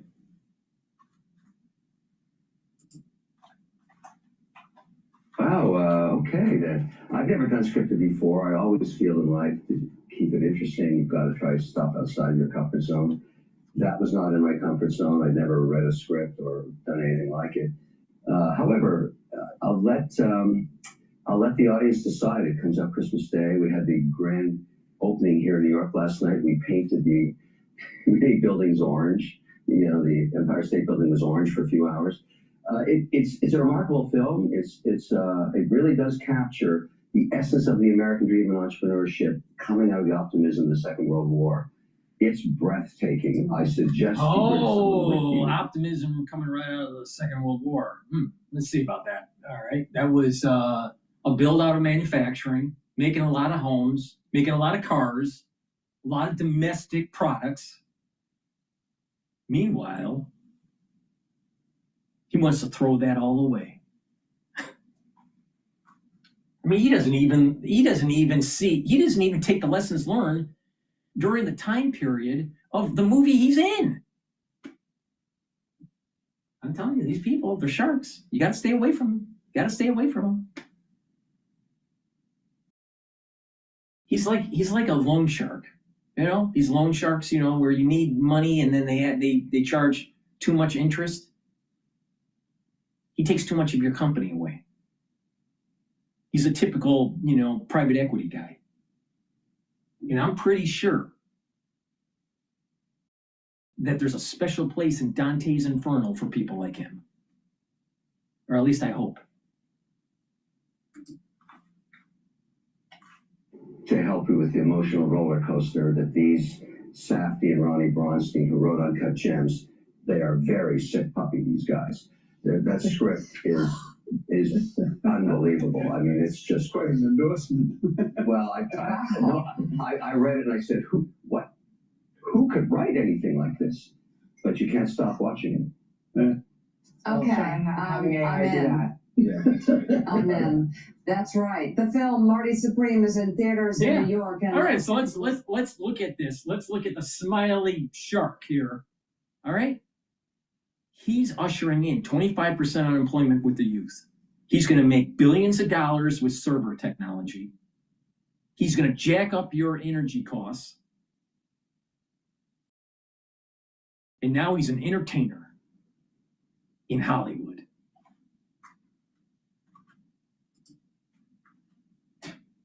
Weekend it opens nationwide, as Kevin said, on Christmas Day. Kevin O'Leary, thank you as well. Unbelievable. All right. Please go to my store, the-studio-reykjavik.com, and help support the work that I do and get the great products that I offer. So we can have these free videos and you can get an unvarnished opinion about what's going on in the world. And I think that I have a lot of wisdom in what I just said. If you really pay attention to what I just said, there's a lot of wisdom in it. You may not like my choice of words, but I don't give a shit. Please go to my store, the-studio-reykjavik.com, and get the very high quality deodorants. You can get it in peppermint, lavender, and tea tree, and also in citrus. These are for males or females. It's a dual purpose deodorant. All right? I'm going to tell you how to improve your health. Kevin O'Leary is taking your jobs away and jacking up your energy costs. By using this deodorant daily, it's also going to help to detoxify your body. That's going to help your immune system and your endocrine system. And when your immune system and endocrine system is in homeostasis, you're healthier. This is made from essential oils from the Himalayas, very high quality ingredients. So please go to my store, help support the work that I do, and get the deodorants. In addition, because of the winter season, you better start preparing for sub-K, all right? Get the structural nanosilver drops in cherry, in blueberry, or in honey and lemon. Very high quality. The moment you have that throat irritation, take them right away. You can also use them prophylactically if someone around you is not feeling well. The moment you have that throat irritation, it's important to mitigate it right away. It's very powerful stuff. Use them when you need them, but be prepared. Be prepared. Have some at home, have some at work, get a few bags for your household. This winter is going to be a bit problematic. If you've been paying attention to the news, things are floating around. And by the way, don't go to the Marty Supreme movie. Do you really want to support Kevin O'Leary? He's already taken your jobs away.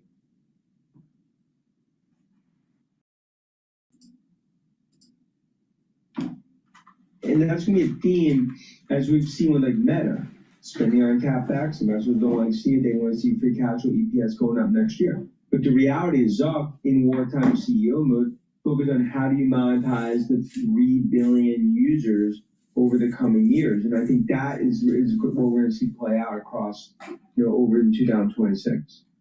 How does OpenAI fund itself and all the money it's spending? Yeah, I think, look, if you look at it today and you're like, how are they going to fund that much? 10, all right. 15x of what they He's generate? another one of these, AI is great investor types. All right. He is very flamboyant. You should see when he dressed up in a suit. It's so loud. He must be colorblind. I don't know. I mean, it's over the top. And look at that jacket. What the hell? What the hell is wrong with him? Don't trust people that dress flamboyantly and they talk about the stock market. They always, always, always fuck someone over.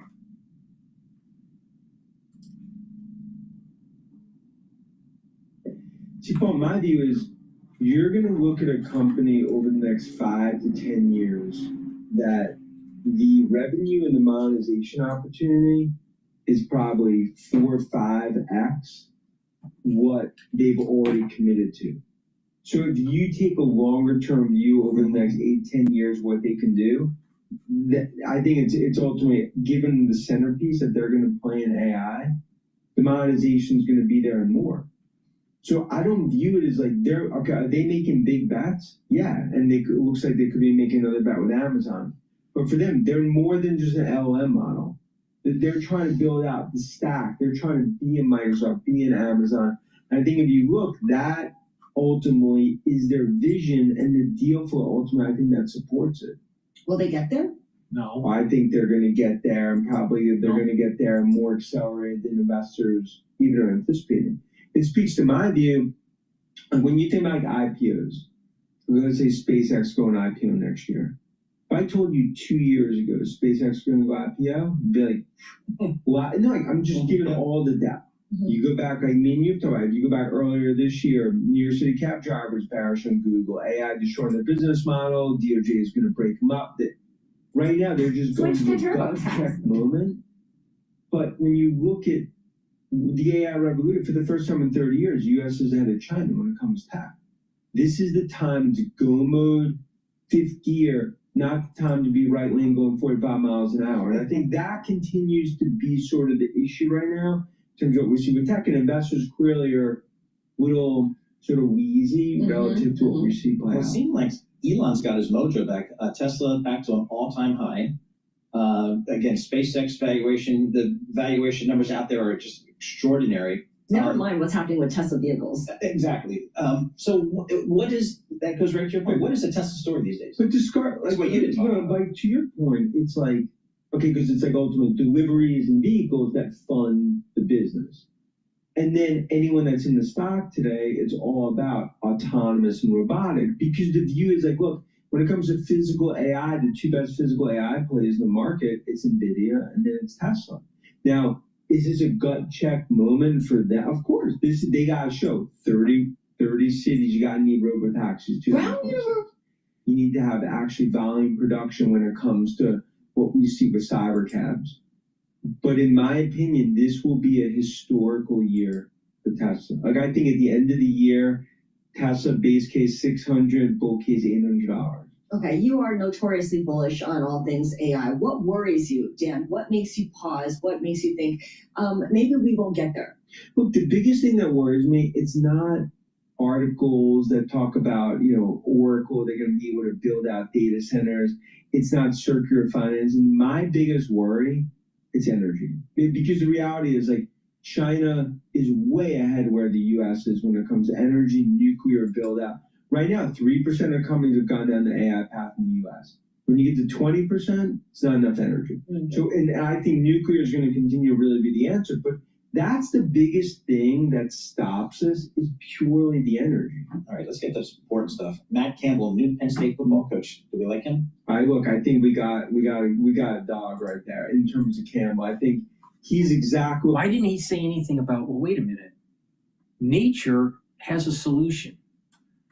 You have billions of neurons, 100 billion neurons, 80 to 100 billion for a human being, all right? So let's just say 100 billion neurons, and they're connected in certain ways, and they're developed over time based on experience and environment and during the adolescent wiring. But you don't need a nuclear reactor to power your brain. You just have to eat a sandwich. So the human body in nature, through all these different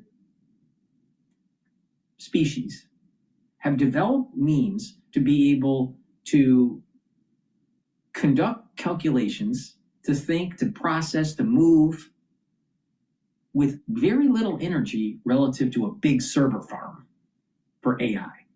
So the way they are calculating is not efficient because they're not doing it the way the human body's doing it. Now, people would say, well, it's a neural network and the neural network is similar and blah, blah, blah. But it's not the same because you're using more energy. It would be the same if you were taking these dendritic connections and you had about the same amount of energy. I want them to develop an AI where the amount of calories that a human being takes every day to calculate, to run their brain, is the same as the the amount of calories of energy that is used for an AI. They can't do it. They can't do it yet. So, Mr. Flamboyant, Ives, he didn't bring that up. Now, research will move towards that direction. And when that happens, we won't need all of this powerful amounts of energy. The Holy Grail isn't some super AI. The Holy Grail is figuring a way to process at the same calorie intake that a human being has. We're not even close to that.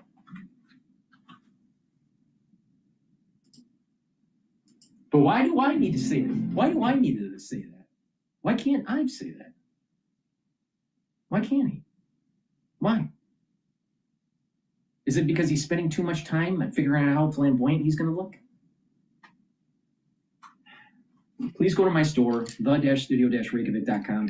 You get the olive leaf extract. It's dual purpose. It's going to help with your immune system and your cardiovascular system.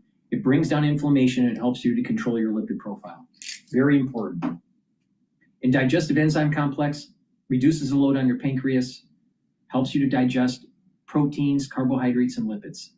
Helps with that digestion. It allows you to absorb your nutrients more efficiently with less stress on your pancreas. Super important if you're 40 years of age or older. Digestive enzyme complex also has bromelain in it, which helps to break up clots. And the proteolytic enzymes in digestive enzyme complex will help to break up glycoproteins. That's the reason why I said to take digestive enzyme complex during the crisis that we were in 2020, because it broke up glycoproteins, spikes. Ooh, amazing how that works.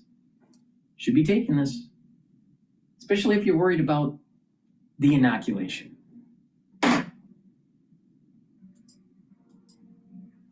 right, let's listen into the MIT professor shot dead in Boston.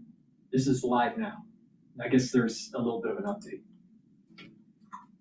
Covering another developing story coming in out of Massachusetts, the Boston area here. I want to pop this up on your screen to give you a look at what we're talking about. Now, about 50 miles away from Brown University in Brookline, Massachusetts, there is this other high-profile homicide investigation that's been launched after an MIT professor was gunned down in his own home, with the shooter still on the run as of this morning. The Norfolk District Attorney's Office confirms Nuno Loureiro, a 47-year-old physicist and fusion scientist, was shot Monday night at his home near Boston. He was taken to a hospital where he died from his injuries. Now, the prosecutor's office says, as of last night, there are no suspects in custody, but they have labeled this a quote-unquote homicide investigation that is active, and you can see the photo of the victim right there on your screen. Loureiro joined MIT back in 2016, named last year to lead the school's Plasma Science and Fusion Center, one of the largest labs at the university, with more than 250 people working across about 7 buildings. Loureiro, who was married, grew up in central Portugal. And now let's think about this. Largest lab in MIT just randomly gets shot in the foyer.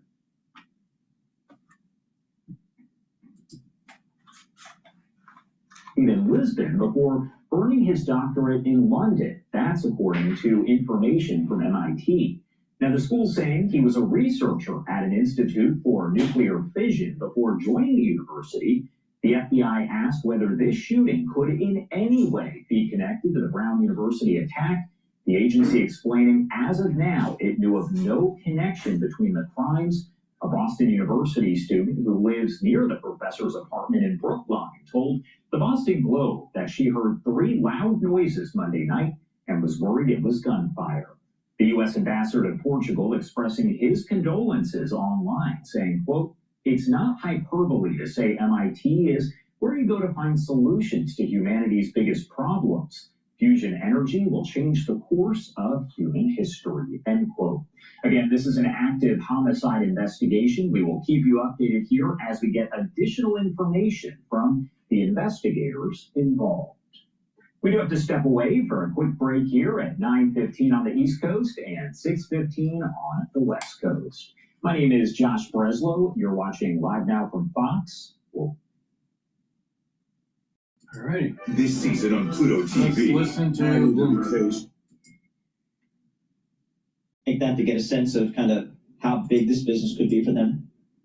Yeah, so Caterpillar's backlog for the enterprise is at a record level, and it just continues to, set new records with each passing quarter. Wow. In terms of their actual power generation business, no, they keep that pretty close to the vest, but it does extend multiple years. And the fact that they're making, essentially more than doubling their large engine capacity through the end of the decade, just I think lends support to they have very good visibility for several years out.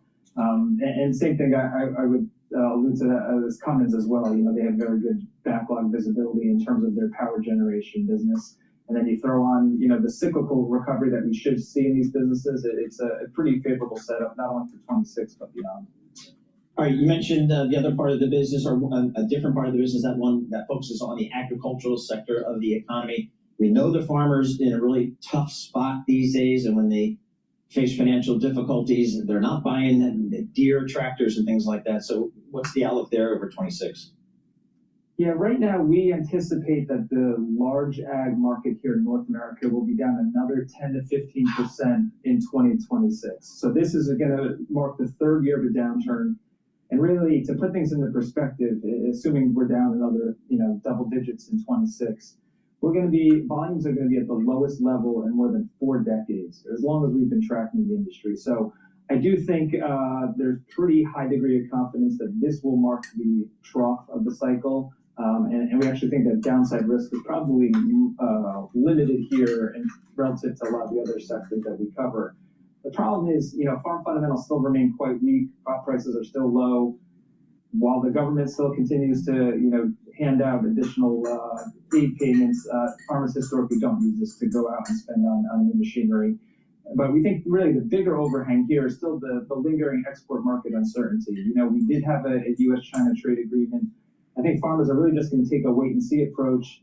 And until we get tangible progress on, China executing on some of these purchase orders and commitments, I think farmers are just going to be hesitant to go out and spend on equipment.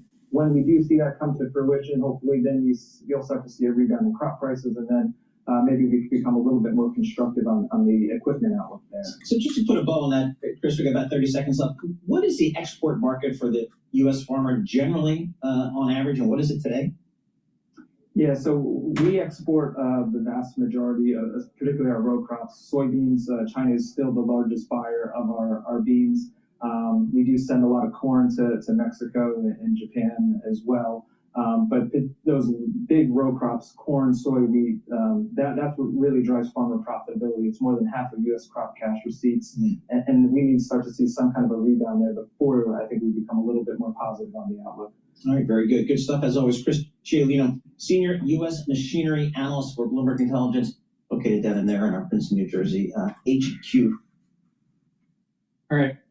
CNN did a clip about the Vanity Fair piece with the Trump administration, so let's listen in on that.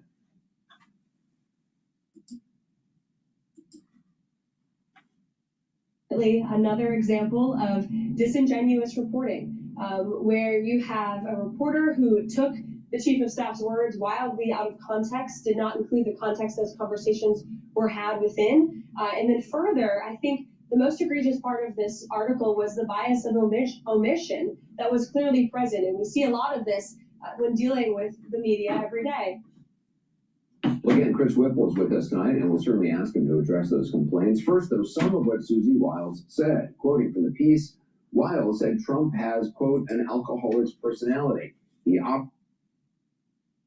Brought to you by CNN, I mean CIA. Anderson Cooper.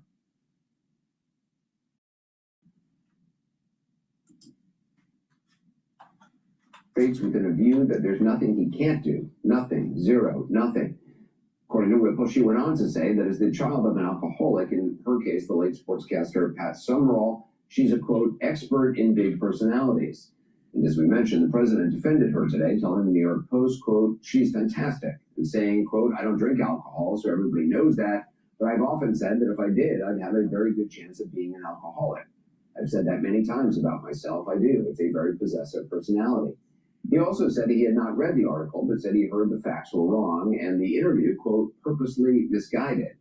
Wiles also spoke at length about Elon Musk and his time at the White House as a kind of budget cutter at large. Quoting again from Chris Whipple, quote, Wiles described Musk as something akin to a jacked-up Nosferatu.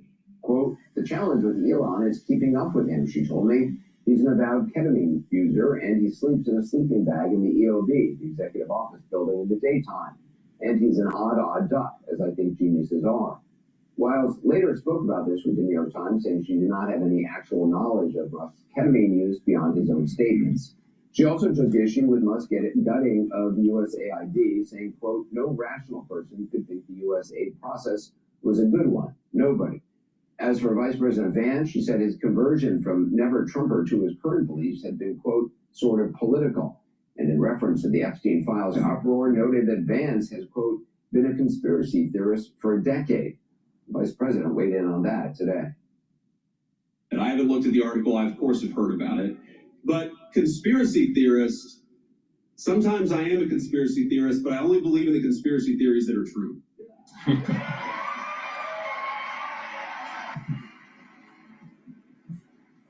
And by the way, Susie and I have joked in private and in public about that for a long time. Well, speaking of the Epstein file,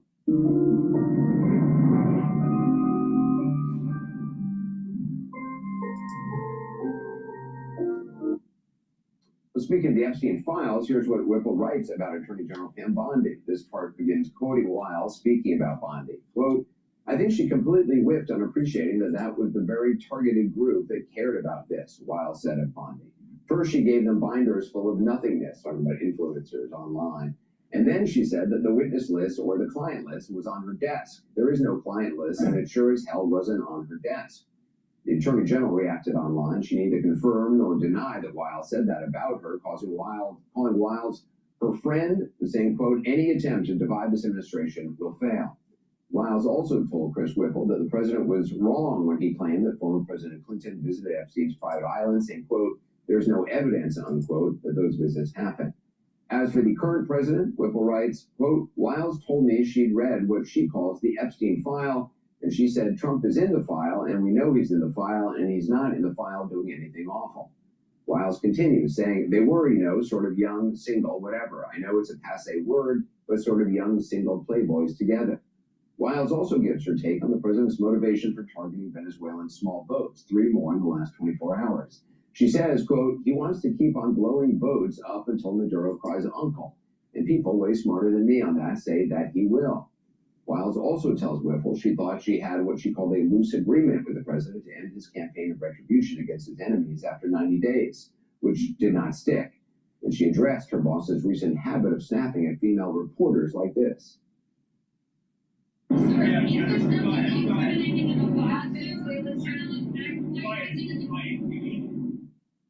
Susie Wiles' explanation, quote, he's a counterpuncher, and increasingly in our society, the punchers are women. Joining me now is Chris Whipple in his first broadcast interview since his 2-part Vanity Fair piece landed. He's also the author of the New York Times bestseller, The Gatekeepers, How the White House Chiefs of Staff Define Every Presidency. Chris, thanks for being with us. Great to be here. A lot to talk about. First of all the things Susie Wiles told you, what surprised you the most? Anderson, this was one of those cases as a reporter in your career when lightning strikes. And it was astonishing to me the extent to which she was unguarded and freewheeling on the record all the time. I've covered, as you know, I wrote a book about the Biden White House where everybody was on deep background requiring quote approval.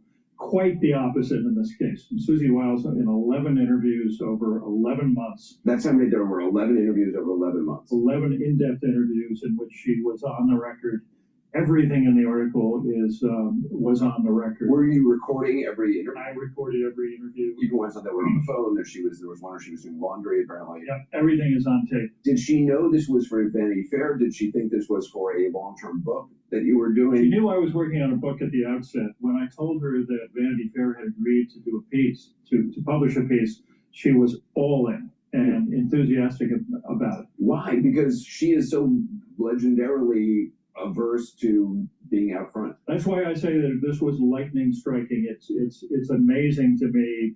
First of all, I think that she is the most fascinating person in American politics, not only because she ran a brilliant campaign and brought Trump back from the dead to win the 2024 election. She's the first female White House chief of staff. But in addition, she's kind of the Greta Garbo of White House chiefs. I mean, she's never on camera, rarely on camera, hardly ever gives interviews, and yet she did. I think it's because, all I can tell you is what she told me. She felt the Trump 1.0 had been unfairly covered, that Trump was vilified. During the first administration. During the first administration. She wanted a fair hearing, and I think she thought she would get one. And one of the things the White House is saying, things were taken out of context, wildly out of context was the quote of Levitt. Are things that I'm taken out of context, because some of the quotes they're tight. I mean, they're just, it's like everything was scrupulously in context. And I got to tell you, the giveaway when you're a journalist and you hear the target, the subject talking about things like context and omissions, you know you're on the right track, because there isn't a single fact or a single assertion that they've challenged in the piece. It really reminds me of the Watergate days when Ben Bradley talked about non-denial denials. Right. This is the ultimate non-denial. They're not really attacking. Well, I absolutely never said that. Although Susie Wiles did at one point say that she denied saying that Elon Musk is an avowed ketamine user. You then apparently, according to the reporting, you played a tape for the New York Times which confirmed that quote. It's on tape, as is every assertion that Susie made. And as you know, I interviewed the Inner Circle as well. I talked to J.D. Vance, I talked to Marco Rubio, Stephen Miller, and others. All of it taped, all of it on the record. And the giveaway is that they haven't been able to challenge a single fact. Are you surprised that the president is not, apparently, it seems, but at least publicly, not angry with Wiles? Well, here's the other thing. As you say, it's not very often that you get an endorsement of your quotation from the president. The alcoholic personality. Yeah, he evidently wears that as a badge of honor. His brother, I've done interviews with him long ago. He talked about his brother Fred, who was alcoholic. So, yeah, but here's the fascinating thing, and that is, not only is there this amazing 11-month journey that I document of Susie Wiles through this whole period, but it really goes all the way back to her childhood and her famous father, Pat Summerall, who was an alcoholic. She organized interventions with her mother to get treatment for him. He was sober for 21 years, but she learned how to deal with difficult men. It is a fascinating data point that, I mean, I certainly didn't know about her, that, adult children of people who grew up with alcoholics are I mean, she's in sort of the perfect job. I mean, it sort of makes sense. Absolutely. that what she learned as a little girl and throughout her life dealing with that. And Trump is owning it. Trump is wearing it, in effect, as a kind of badge of honor. He's saying what she meant when she said that he has an alcoholic's personality. It's not that he's a drinker. We know that he's not. But that he has this grandiose personality. He believes that there is nothing, as she put it, nothing that he doesn't think he can do. Well, she is saying, Susie Wiles pushed back on the story on social media saying, quote, significant context was disregarded. As I said, Carolyn Levitt said it was bias of omission. There's not huge chunks of Susie Wiles on the record saying stuff. It's tight quotes. Is there a world in which you would release the audio? We're not going to release the audio. I mean, Vanity Fair has decided that no, they're not going to release the audio, at least not now. The context, again, is... why? Because it's all about the context. This is the problem with mainstream media interviewing people. If they're typing up an article, of course they have space constraints, or when they're doing a video, you know, they have time constraints, right? But through editing, the public perception can change if you edit differently. If you don't have the context before and after the actual statement, you may get a different interpretation. All right? Now, what they're trying to do is to see if the administration will say anything that will trip them up, and then they'll release a video saying, oh, we have something that says something different. What Susie should just say is just release the audio before and after the comment so you get full context. See, too many people just take a look at a particular sentence that someone says, not understanding what the context was. Sometimes some people speak in antitheticals, all right? What I mean by that is that they may be believing the absolute opposite of what they're saying, and they're creating an argument on why their perspective is correct by explaining the other side of the argument, all right? And so there's a dialectic. I don't know what she was doing, you know? But Vanity Fair is playing, I gotcha. Did they do fact checks? Yeah. Did she say it? Okay. But what was the real context? Very important. Some people talk in a dialectic format. But the stupid people out there that have goldfish memories and are stuck their face on TikTok all the time, they don't understand the dialectic. They just understand, what did they say? Well, yeah, but what was the context? Someone could say their favorite color is blue, but it really isn't. And you wouldn't know that unless you understood what they said before. They may say, you know, something like, you know, red has been their favorite color since they were born. And then a few sentences later, they say their favorite color is blue. And then another sentence, not really.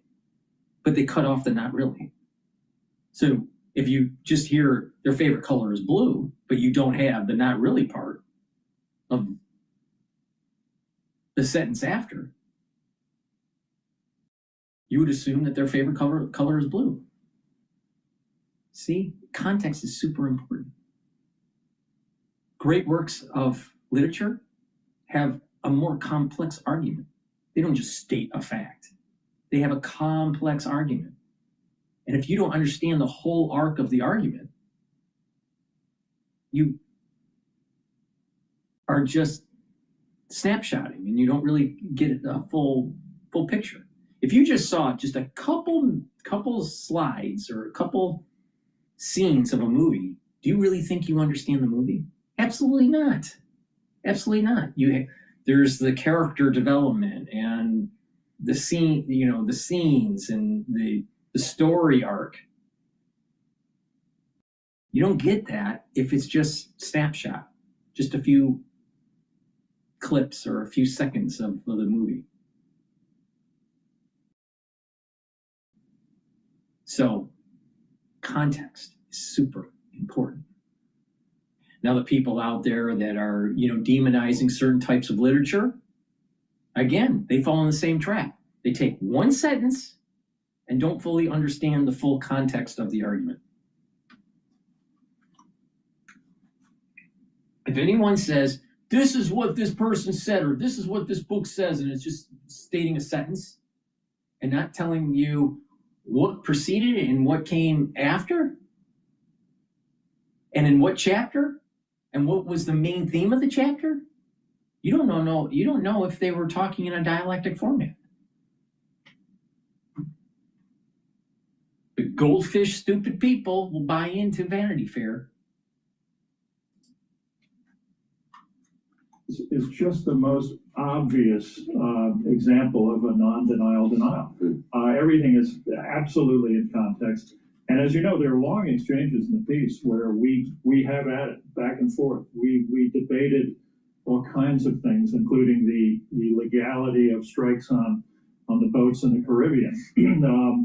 And you know, I think that there's certainly, you know, I think that 9,500 words. How many hours did it take you? You know, it's at least 11 hours.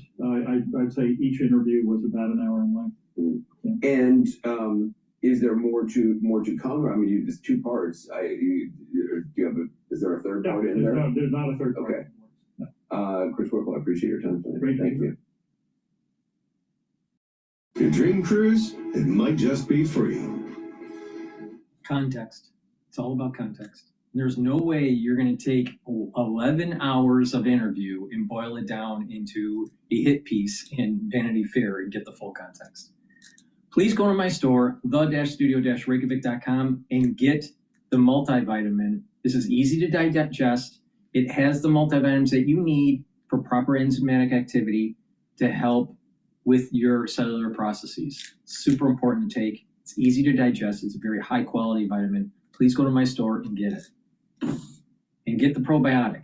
You can get it in the veggie cap form or in the powdered form. This is the powdered form. I use the powdered form because I take a lot of different powders to mix with my lunch as part of my protocol.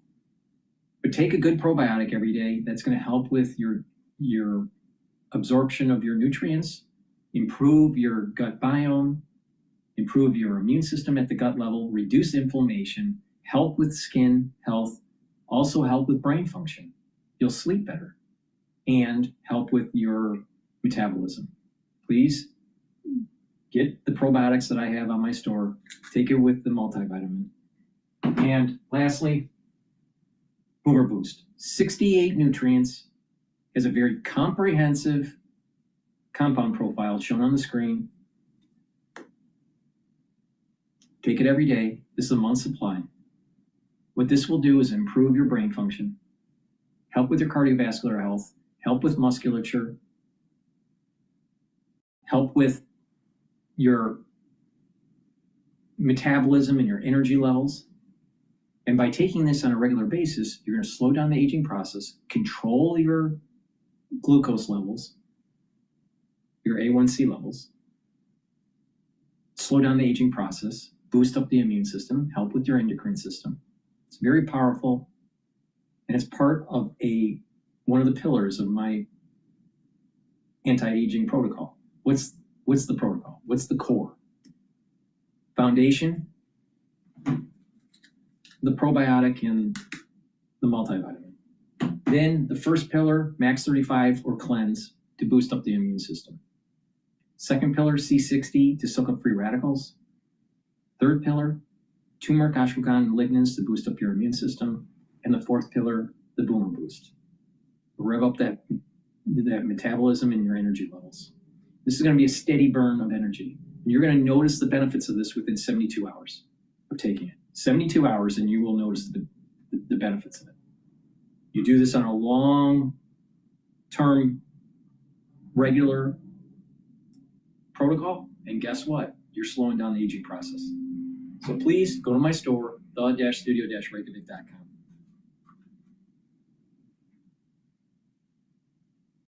All righty. Let's see here. California collapses. Let's listen to Cash Jordan. Whether you're a professional welder or simply take pride in consistent and precision welds, Harbor Freight offers high-quality welders, tools, PPE, and accessories to meet your every. Now at 6:41, neighborhoods are on alert this morning. It comes after a new series of home burglaries and break-ins hit the San Fernando Valley. But are they connected? Are they connected? Are they connected? Of course! These break-ins are all connected. They're all happening in America's largest sanctuary state that doesn't lock up hardened thugs. While its no consequences justice system just encourages budding crooks to start small, looting places like 7-Eleven until they decide to graduate and then prey upon the homes of the law-abiding. No arrests have been made. Of course, neighbors, they're worried. They're getting really frustrated because despite safety measures they're taking, it looks like these break-ins are still happening. I haven't got hit yet, but it's scary to know that that could be next. It's getting worse and worse. That's a problem. I have little kids. It makes me worried about leaving them at home. You're watching a burglary in progress as thieves drag a safe out of a Granada Hills home. LAPD investigators believe the same suspects are part of a burglary crew responsible for at least 20 home burglaries in the San Fernando Valley. The I-Team's analysis of home burglaries reported so far this year shows slightly more of them happen on Wednesdays and Fridays, and many take place in the evening. Some of these where people are, where residents are actually at home, which is what we would consider home, which becomes much more serious. Take a look behind me. This is just for the neighborhood. There's one on the other side of the community. And after today, I had one neighbor told me maybe we need a third. This is on top of their personal cameras, their personal security systems. Nevertheless, the break-ins continue.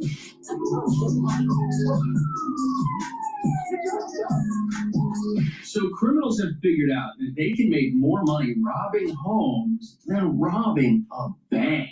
But nobody's talking about how this is even more of a problem in California, which is a great place for criminals all across the country to come hide. And it's also a place that creates its own criminals from the ground up. What a disaster. And this starts out with laws that place zero consequence on those who commit crimes at the bottom of the looter's pyramid. Stealing chips and candy from a 7-Eleven, which when done in mass can ruin the life of a small family-run business while encouraging every culprit to pursue a life of crime. And you know something? Some of these crooks that are out there robbing candy stores, some of them are going to decide that they want to go bigger and better, and that is a problem because it means they'll start targeting stores selling physical products, which they can resell with the help of the internet, sneakers, clothing, and then at the top of the list comes the jewelry stores where robbers make off with millions in mere seconds, driving away in getaway cars that are also stolen. But that brings us to the real reason home robberies here are now trending in the wrong direction. In the driveway, there's a potential getaway car, and in the home, there are potentially tens of thousands of dollars worth of valuables. And unguarded homes are a one-stop shop for these criminals. And they're completely defenseless against roving gangs who drive around in broad daylight looking for their next target. But things get even worse because California is a sanctuary state. And on top of their no consequences justice system, anyone in America illegally who's already a criminal can come here and get protection and in some cases benefits while hiding from the federal government. And what's very sad is as you're about to see criminals in California learn at a very young age that they're in the perfect place. Yo, stop. Yo. Oh, stop. Oh my God. No, stop. Stop. Yo, stop. Yo, guys. Yo, no. Yo, bro. No, don't go. Bro, what are you doing, bro? It's not worth it. Get out. It's worth it because they don't got my face on it. It's worth it since they don't have my face on camera. If somebody learns that at a 7-Eleven, what's to stop them from replicating the exact same thing during a home invasion? The disguise is absolutely the same. The tactics are exactly the same. Get in, get out with what you want, run away. And if the police aren't around when the robbery starts, these criminals think they won't be around afterwards. Now, luckily, that's not always the case. But now we've reached a point where there is just so much crime going on here that the only people suffering for it are the law-abiding. And California needs the law-abiding if it doesn't want to collapse. Reeves says they've had minor theft before, but nothing like this. Adding to his frustration, he says the LAPD couldn't help. They said there was nothing they can do about it. They said it's considered shoplifting, and shoplifting isn't something they can really go after. So Reeves says given their tactics, he's sure the thieves have struck before. So when a 7-Eleven gets robbed, the criminals, they've all done what progressives and socialists love to tell us, oh, it's just shoplifting, boys will be boys, just a few chips, no big deal, they've got insurance. This is destroying people's lives. This is forcing people out of their homes. This is taking hardworking Americans who are doing things the right way, hardworking legal residents, legal immigrants, and telling them, you know what, criminals, they have open season on you, whatever they want to do is fine, and if you have to trade your life to subsidize these criminals, Nobody here cares. But don't worry, the police here have an organized system for catching criminals. The only problem is they're not catching the criminals that are causing California to implode in real time. So y'all gotta check this out. On Ventura Boulevard, Woodland Hills, the cops are hiding in park. Dearly beloved, we're gathered here today to celebrate. How much should I save for my kids' tuition? You don't have any kids? Not yet.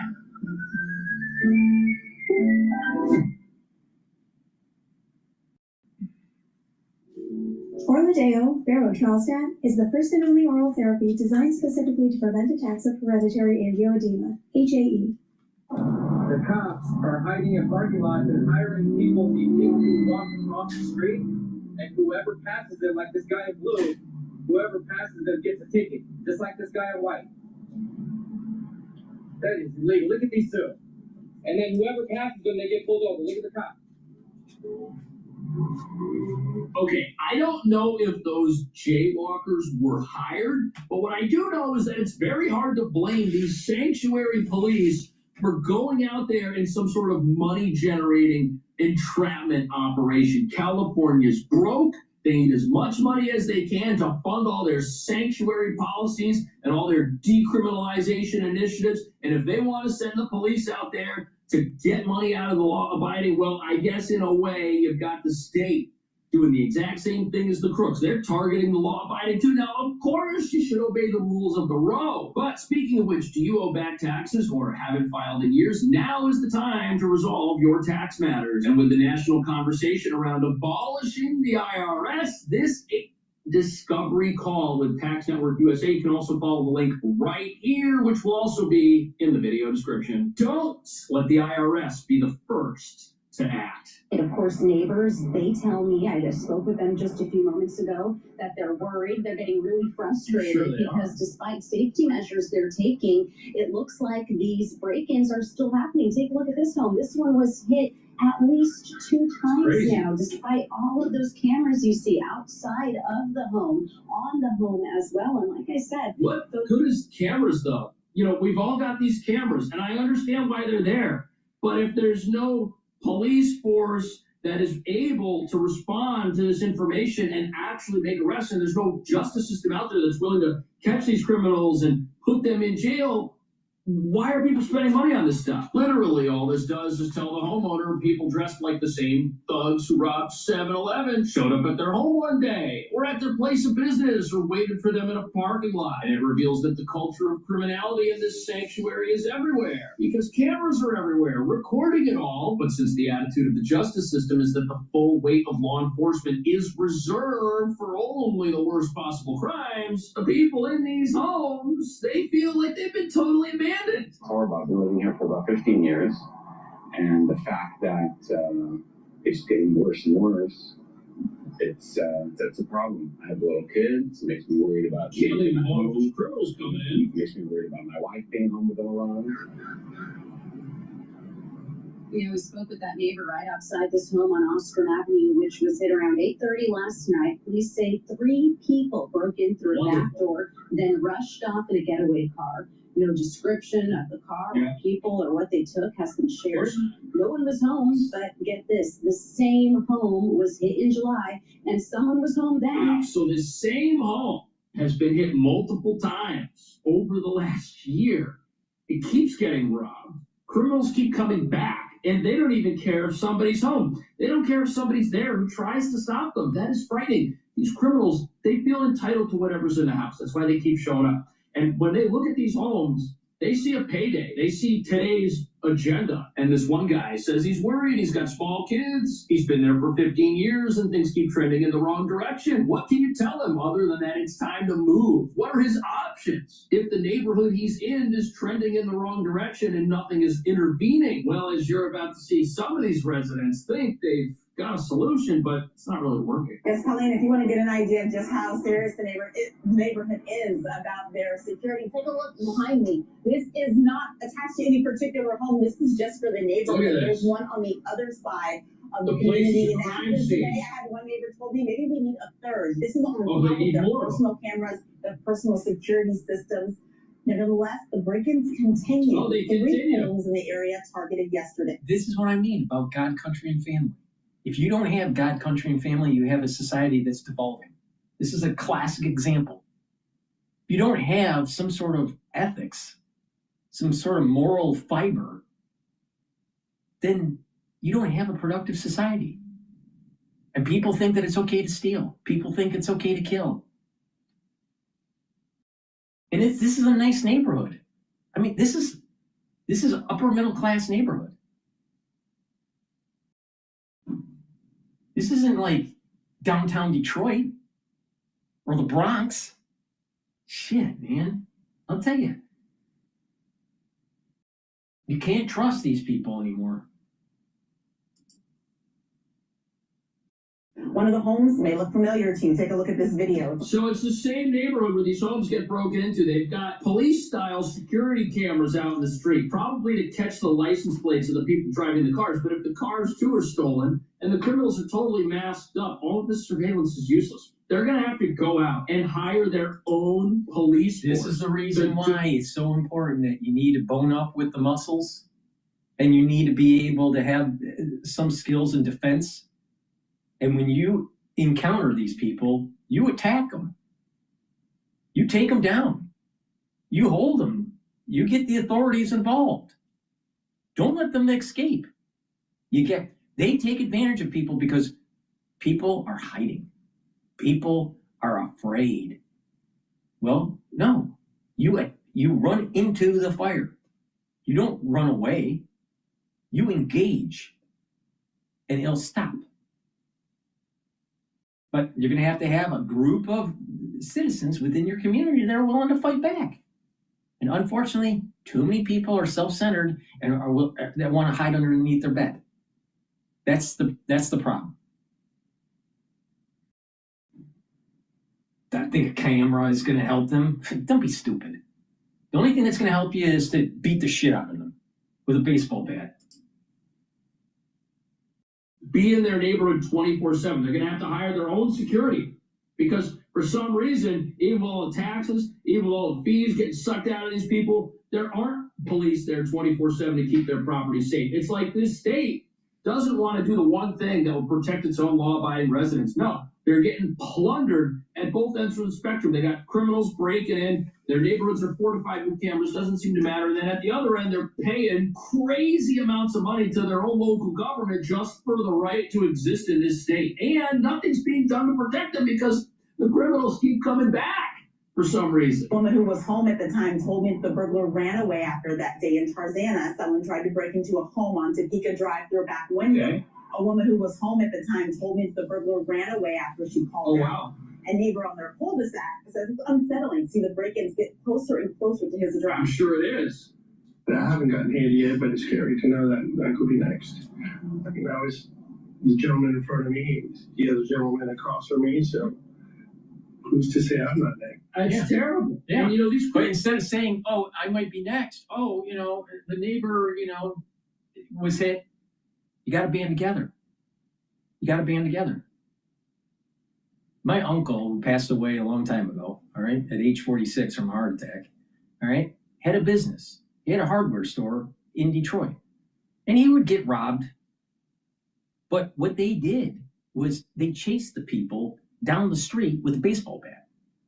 Now, yeah, that was in the 70s, early 80s. So things were a little different. But that's how you do it. You don't let them get away. You beat the shit out of them.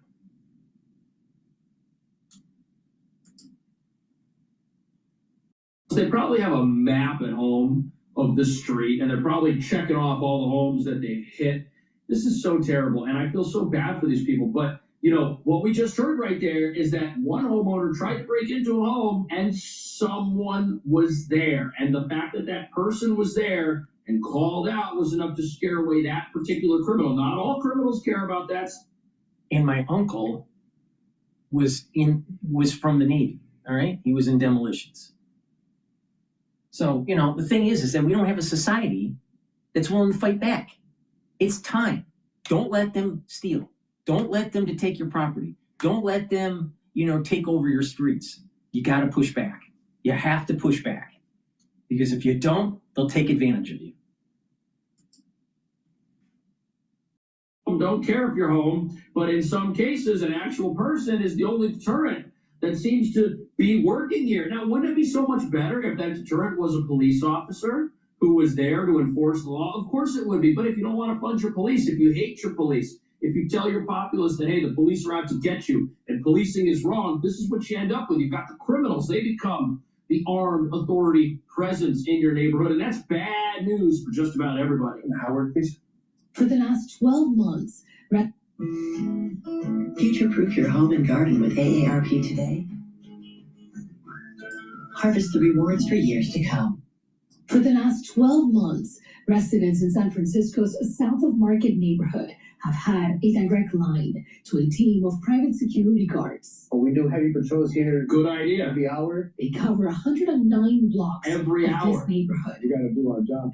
24/7. If there's anybody that's on the sidewalk blocking doorways, blocking garageways, or just mainly blocking the sidewalk where people can't pass through, we basically walk up to them, we address it, we ask them if they could relocate. Okay, so this is happening in San Francisco. These private security guards, they're not dealing with armed home invaders, but the same sort of thing would work in a neighborhood. If you had a presence like you do at a shopping mall or at a place like Home Depot that gets robbed all the time, you see the car outside with flashing lights, you see some people with vests who are prepared to call the police and record you. That alone might be enough to tell criminals, hey, maybe you should pick a different neighborhood, because if you look at this neighborhood over here, there's flashing lights, there's security guards, there's people that are looking out, there's going to be resistance. We should go to another part of town to commit this horrible act that we want to go and commit. Of course, residents shouldn't have to pay for their own police force. They're already paying for one, and it's not the police's fault. They get sent out there on money-generating missions instead of stopping the actual criminals. If you were to give people 3 things they can do today after they watch this broadcast, what would you tell them right away?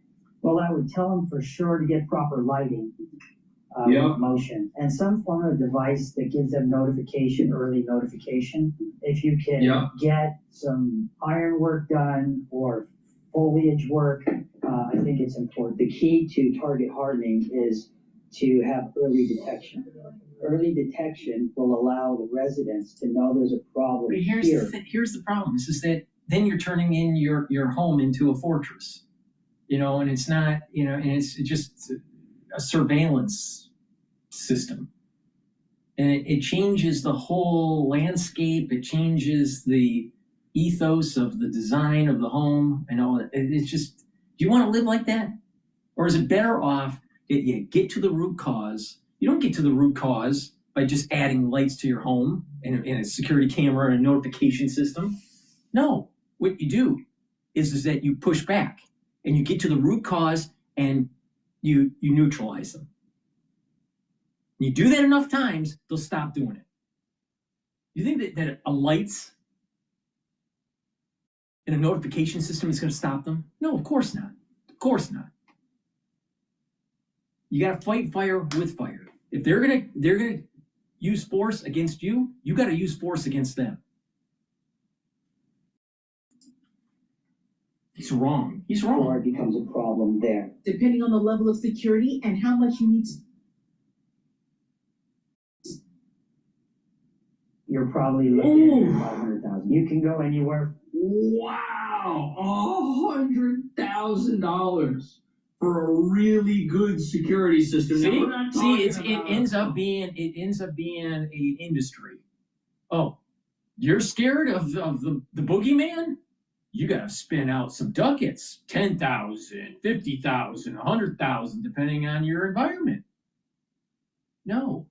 All you got to do is buy a $20 baseball bat.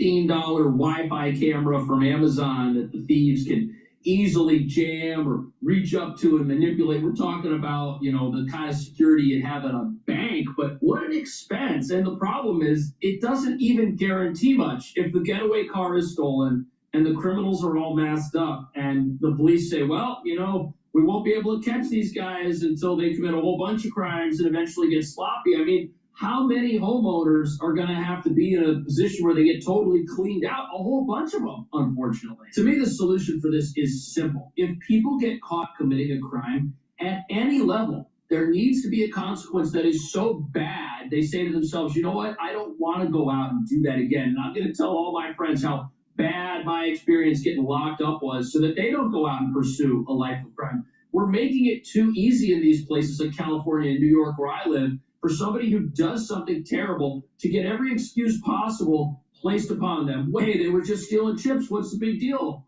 They're just stealing just a bag of Doritos. Who cares about that? It's not about the bag of Doritos. It's about where it leads to. If you let people get away with criminal activity, you're going to have some people that say, you know what, I want to try to go bigger. I want to try to go better. And they're just going to move up the looters pyramid to the very top. The number of residential burglaries are up.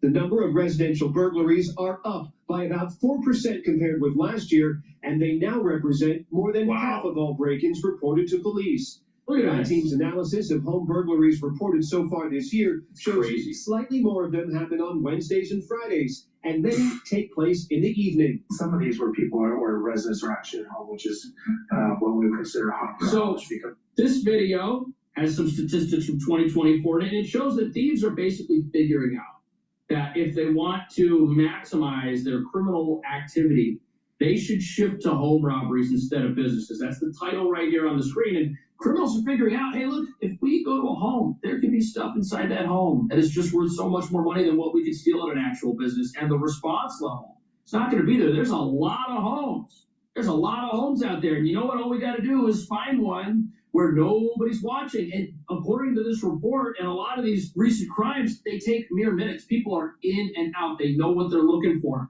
They know where people commonly hide stuff. In one robbery, they even dragged a safe out of the house. They couldn't break into it on the spot. They figured that they would break into it later. I mean, this is really, really bad stuff right here. I wouldn't want to live in a home in any area that can't protect its neighborhood. Because if you do that, what are you paying for? There's people that think, oh, I'm going to buy this home. It's going to appreciate in value. I'm going to secure my future with this thing. No, but every single day, you're under attack. Every single day. Right. So a bunch of people that don't have God, country, and family in their ethos destroy a community. The only way to solve this problem is to push back and kill them.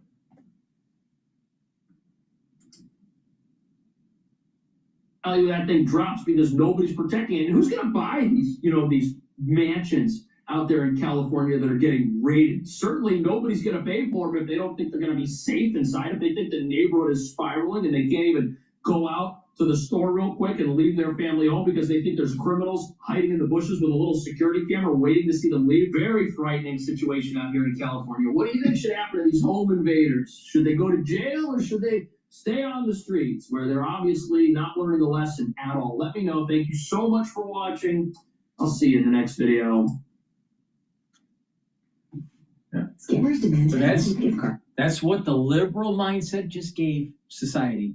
It became unsafe, destroys the value of property, and it just devolves.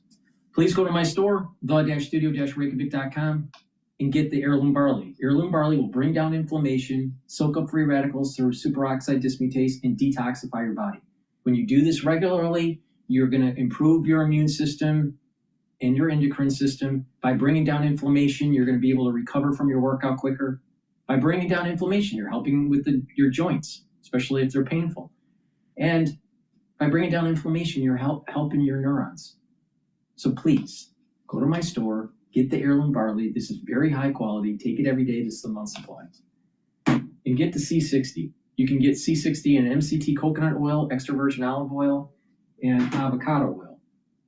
You can get it in a 2 ounce, a 4 ounce, or an 8 ounce configuration. It is cheaper per ounce to get the higher ounce configuration. Take a teaspoon a day, preferably on an empty stomach for best absorption. It's going to soak up free radicals, help the health of your mitochondria. You're going to have more energy. So your tissues are going to perform better. You're going to have less stress in your cells and your tissues. In addition, your immune system and your endocrine system will improve, your brain function, and your cardiovascular health. Take it every day. You're going to notice the effects of this within 2 months. Take a teaspoon a day every day. You do it for 1 year, you will look younger. It's that simple. This stacks really well with resveratrol. Resveratrol in C60 will help with the basal layer to improve your skin. It's 1,000 times stronger than vitamin C.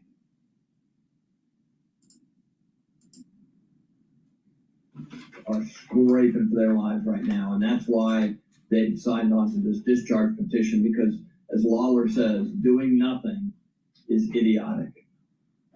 Yes, he did. He used another word that we can't say on the air to describe the Speaker's decision to not bring this to the floor. We know that Mike Lawler doesn't like Obamacare, and he never liked the idea of extending these subsidies. Is it his own personal belief that caused this to happen, or he'll have a bigger revolt on his hands if he did bring this to the floor, the Freedom Caucus and all the rest? I think it just illustrates that they're on the ground. This is such a huge issue in terms of how the cost of living crisis is impacting American families. So I think it really underscores a problem, and there's been a little bit of a disconnect with a number of Republicans in terms of the saliency of this issue. There's a very easy way to do a short-term extension, a bridge to something bigger, and litigate this in the election. And to Rick's point, go into the next, in next Congress with some decisions. But to go home for Christmas without doing this, I think there's real political liability. Even with this vote, I think there's a serious conversation that at least must be happening to some extent about, well, if they have to vote on it, do they just let this die in January, or do they just put something up, a 1-year extension, a clean extension, to give that bridge to the midterm elections? And bring that to the floor of the Senate, you mean? Bring it. Honestly, I think in leadership, it's a live question on whether they should think about whether they could actually bring something up in the House and not have a discharge petition force their hand. And the only way they can do that is with the president's blessing, as you know. That would be a moment. And look, he might call for that tonight. Rick, I'm just curious how far you can see beyond the valley here. When you were working for John McCain, he was part of any number of gangs of 8 or 6 or whatever to solve a major crisis here. Now that this has happened, is that the next phase, as opposed to John Thune taking this and throwing it on the floor? There's John McCain right now as we speak. Rick, does this become a conversation where senators and members of the House get together behind the scenes and craft something? Just don't forget that John McCain, there wasn't a war that he didn't like. And oh, by the way, he was so stupid that he picked Palin as his VP run.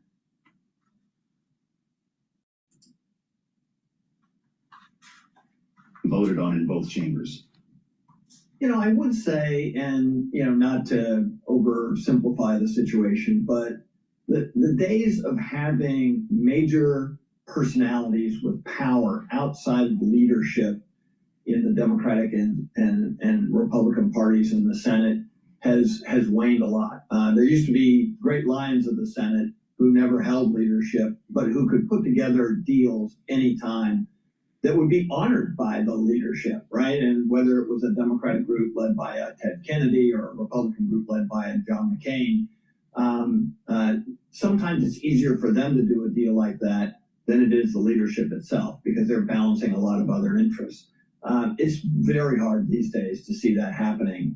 Kudos to Susan Collins for using her perch as chairman of the Appropriations Committee, very, very powerful senator, to try and craft something, around this. Of course, she's running for re-election in a tough election year, so a lot of motivation on her part too. So yes, I could see a gang of 6 emerging in the Senate to try and bridge this, because even if this discharge petition passes, a 3-year extension is not something the Senate wants to vote on. And so I do think the question is, can they find some common ground where there's a shorter extension, maybe some limitations on enrollment, and then send that back to the House for final approval. And I think if something like that did happen in the Senate, you would get House approval.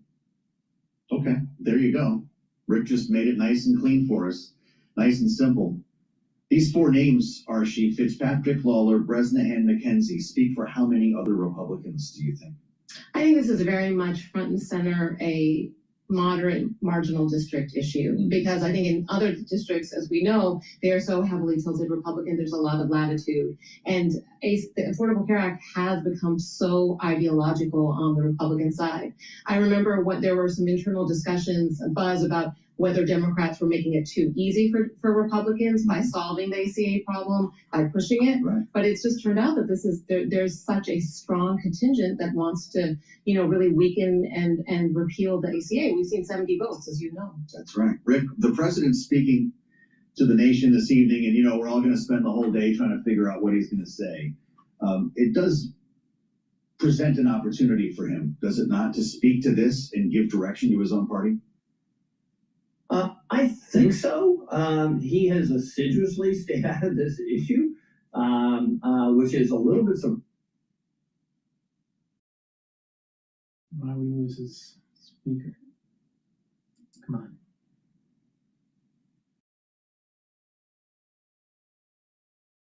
on. Does a move like this maybe warm him up to this idea again? I think possibly, and I think the other piece here is that I think the notion of a 1 year kind of bridge, a clean 1 year bridge, you then get that's the bipartisan aspect of this. You don't need the hardcore Democrats who want the 3 years. You don't need the hardcore Republicans who want to focus on, repealing and replacing ACA. So you come into this the center to pass policy. So we can do this a couple of ways. The way Rick just described here, the Susan Collins bill, maybe we get back to something that looks like a negotiation, a compromise, maybe a new law is written.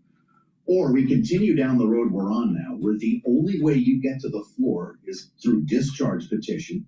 The only way you move new money or fiscal policy is through reconciliation. And maybe we extend that. The only way you move a bill in the Senate is to kill the filibuster. Is that what's coming next? I wouldn't go as far as the filibuster, because I do think there's still some institutionalists in the Senate that would protect that, hopefully. But obviously, we've seen the president has been very opinionated on that front. Yeah. And, in this era that we're living in, all roads lead back to Donald Trump. Rick, what was going on in the offices of Republican members in the House of Representatives today? How is it that we get 4 exactly? How does this stuff work? Because people hear stories like this and they go, well, wait a minute, how did this land on the penny?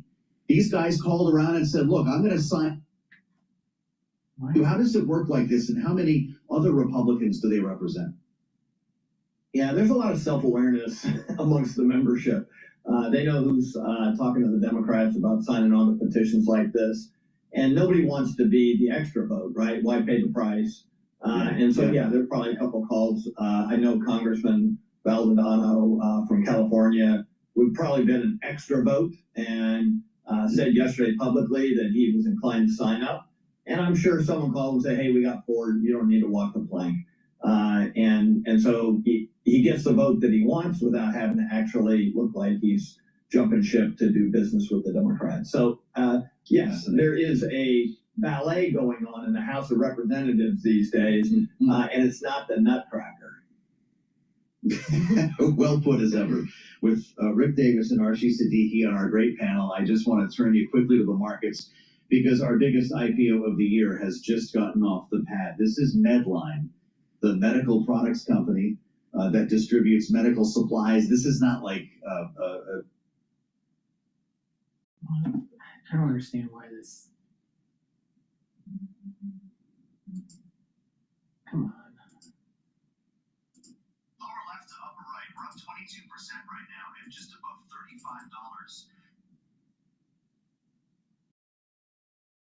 $35. Having been indicated to open 24% higher at a way oversubscribed event here. The IPO price was $29 and it was 10 times oversubscribed based on Bloomberg's initial reporting. So 29 at the IPO, we're above 35 now for Medline, up 21% in real time here, with a market cap, as we see on the screen, of about $46 billion and rising. If you're with us on Bloomberg Radio, we're just going through a couple of charts here for the benefit of our viewers here on YouTube.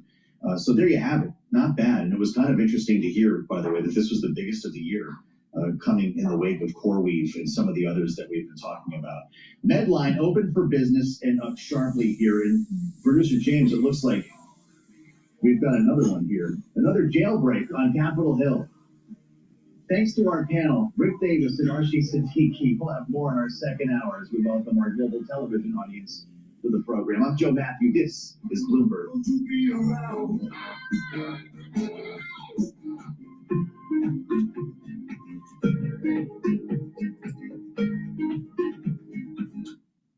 Please go to my store, the-studio-reykjavik.com, and get this stack. This is the third pillar to my protocol. Turmeric. This is going to soak up free radicals and bring down inflammation. Lignans also brings down inflammation and soaks up free radicals. And ashwagandha root helps to control cortisol levels and blood glucose levels. When you stack these together, it's a very powerful stack to boost up your immune system and help with your cardiovascular health. And you should be doing this every day if you want to slow down the aging process. And if you're not feeling well, if you take this stack, it's going to help you recover quicker. So please go to my store, the-studio-reykjavik.com. Get the great supplements that I have. Make sure that you use discount 5 to save some money. It's all caps, discount, the number 5. You get $5 off. If you spend $100 or more, you get a free gift. And everyone likes to get a free gift, right? So please go to my store, the-studio-reykjavik.com. The link is in the description of this video and all my videos. That's the end of my broadcast. Please take my advice. Get the supplements and stack them the way I tell you to. Thank you for listening and have a nice day.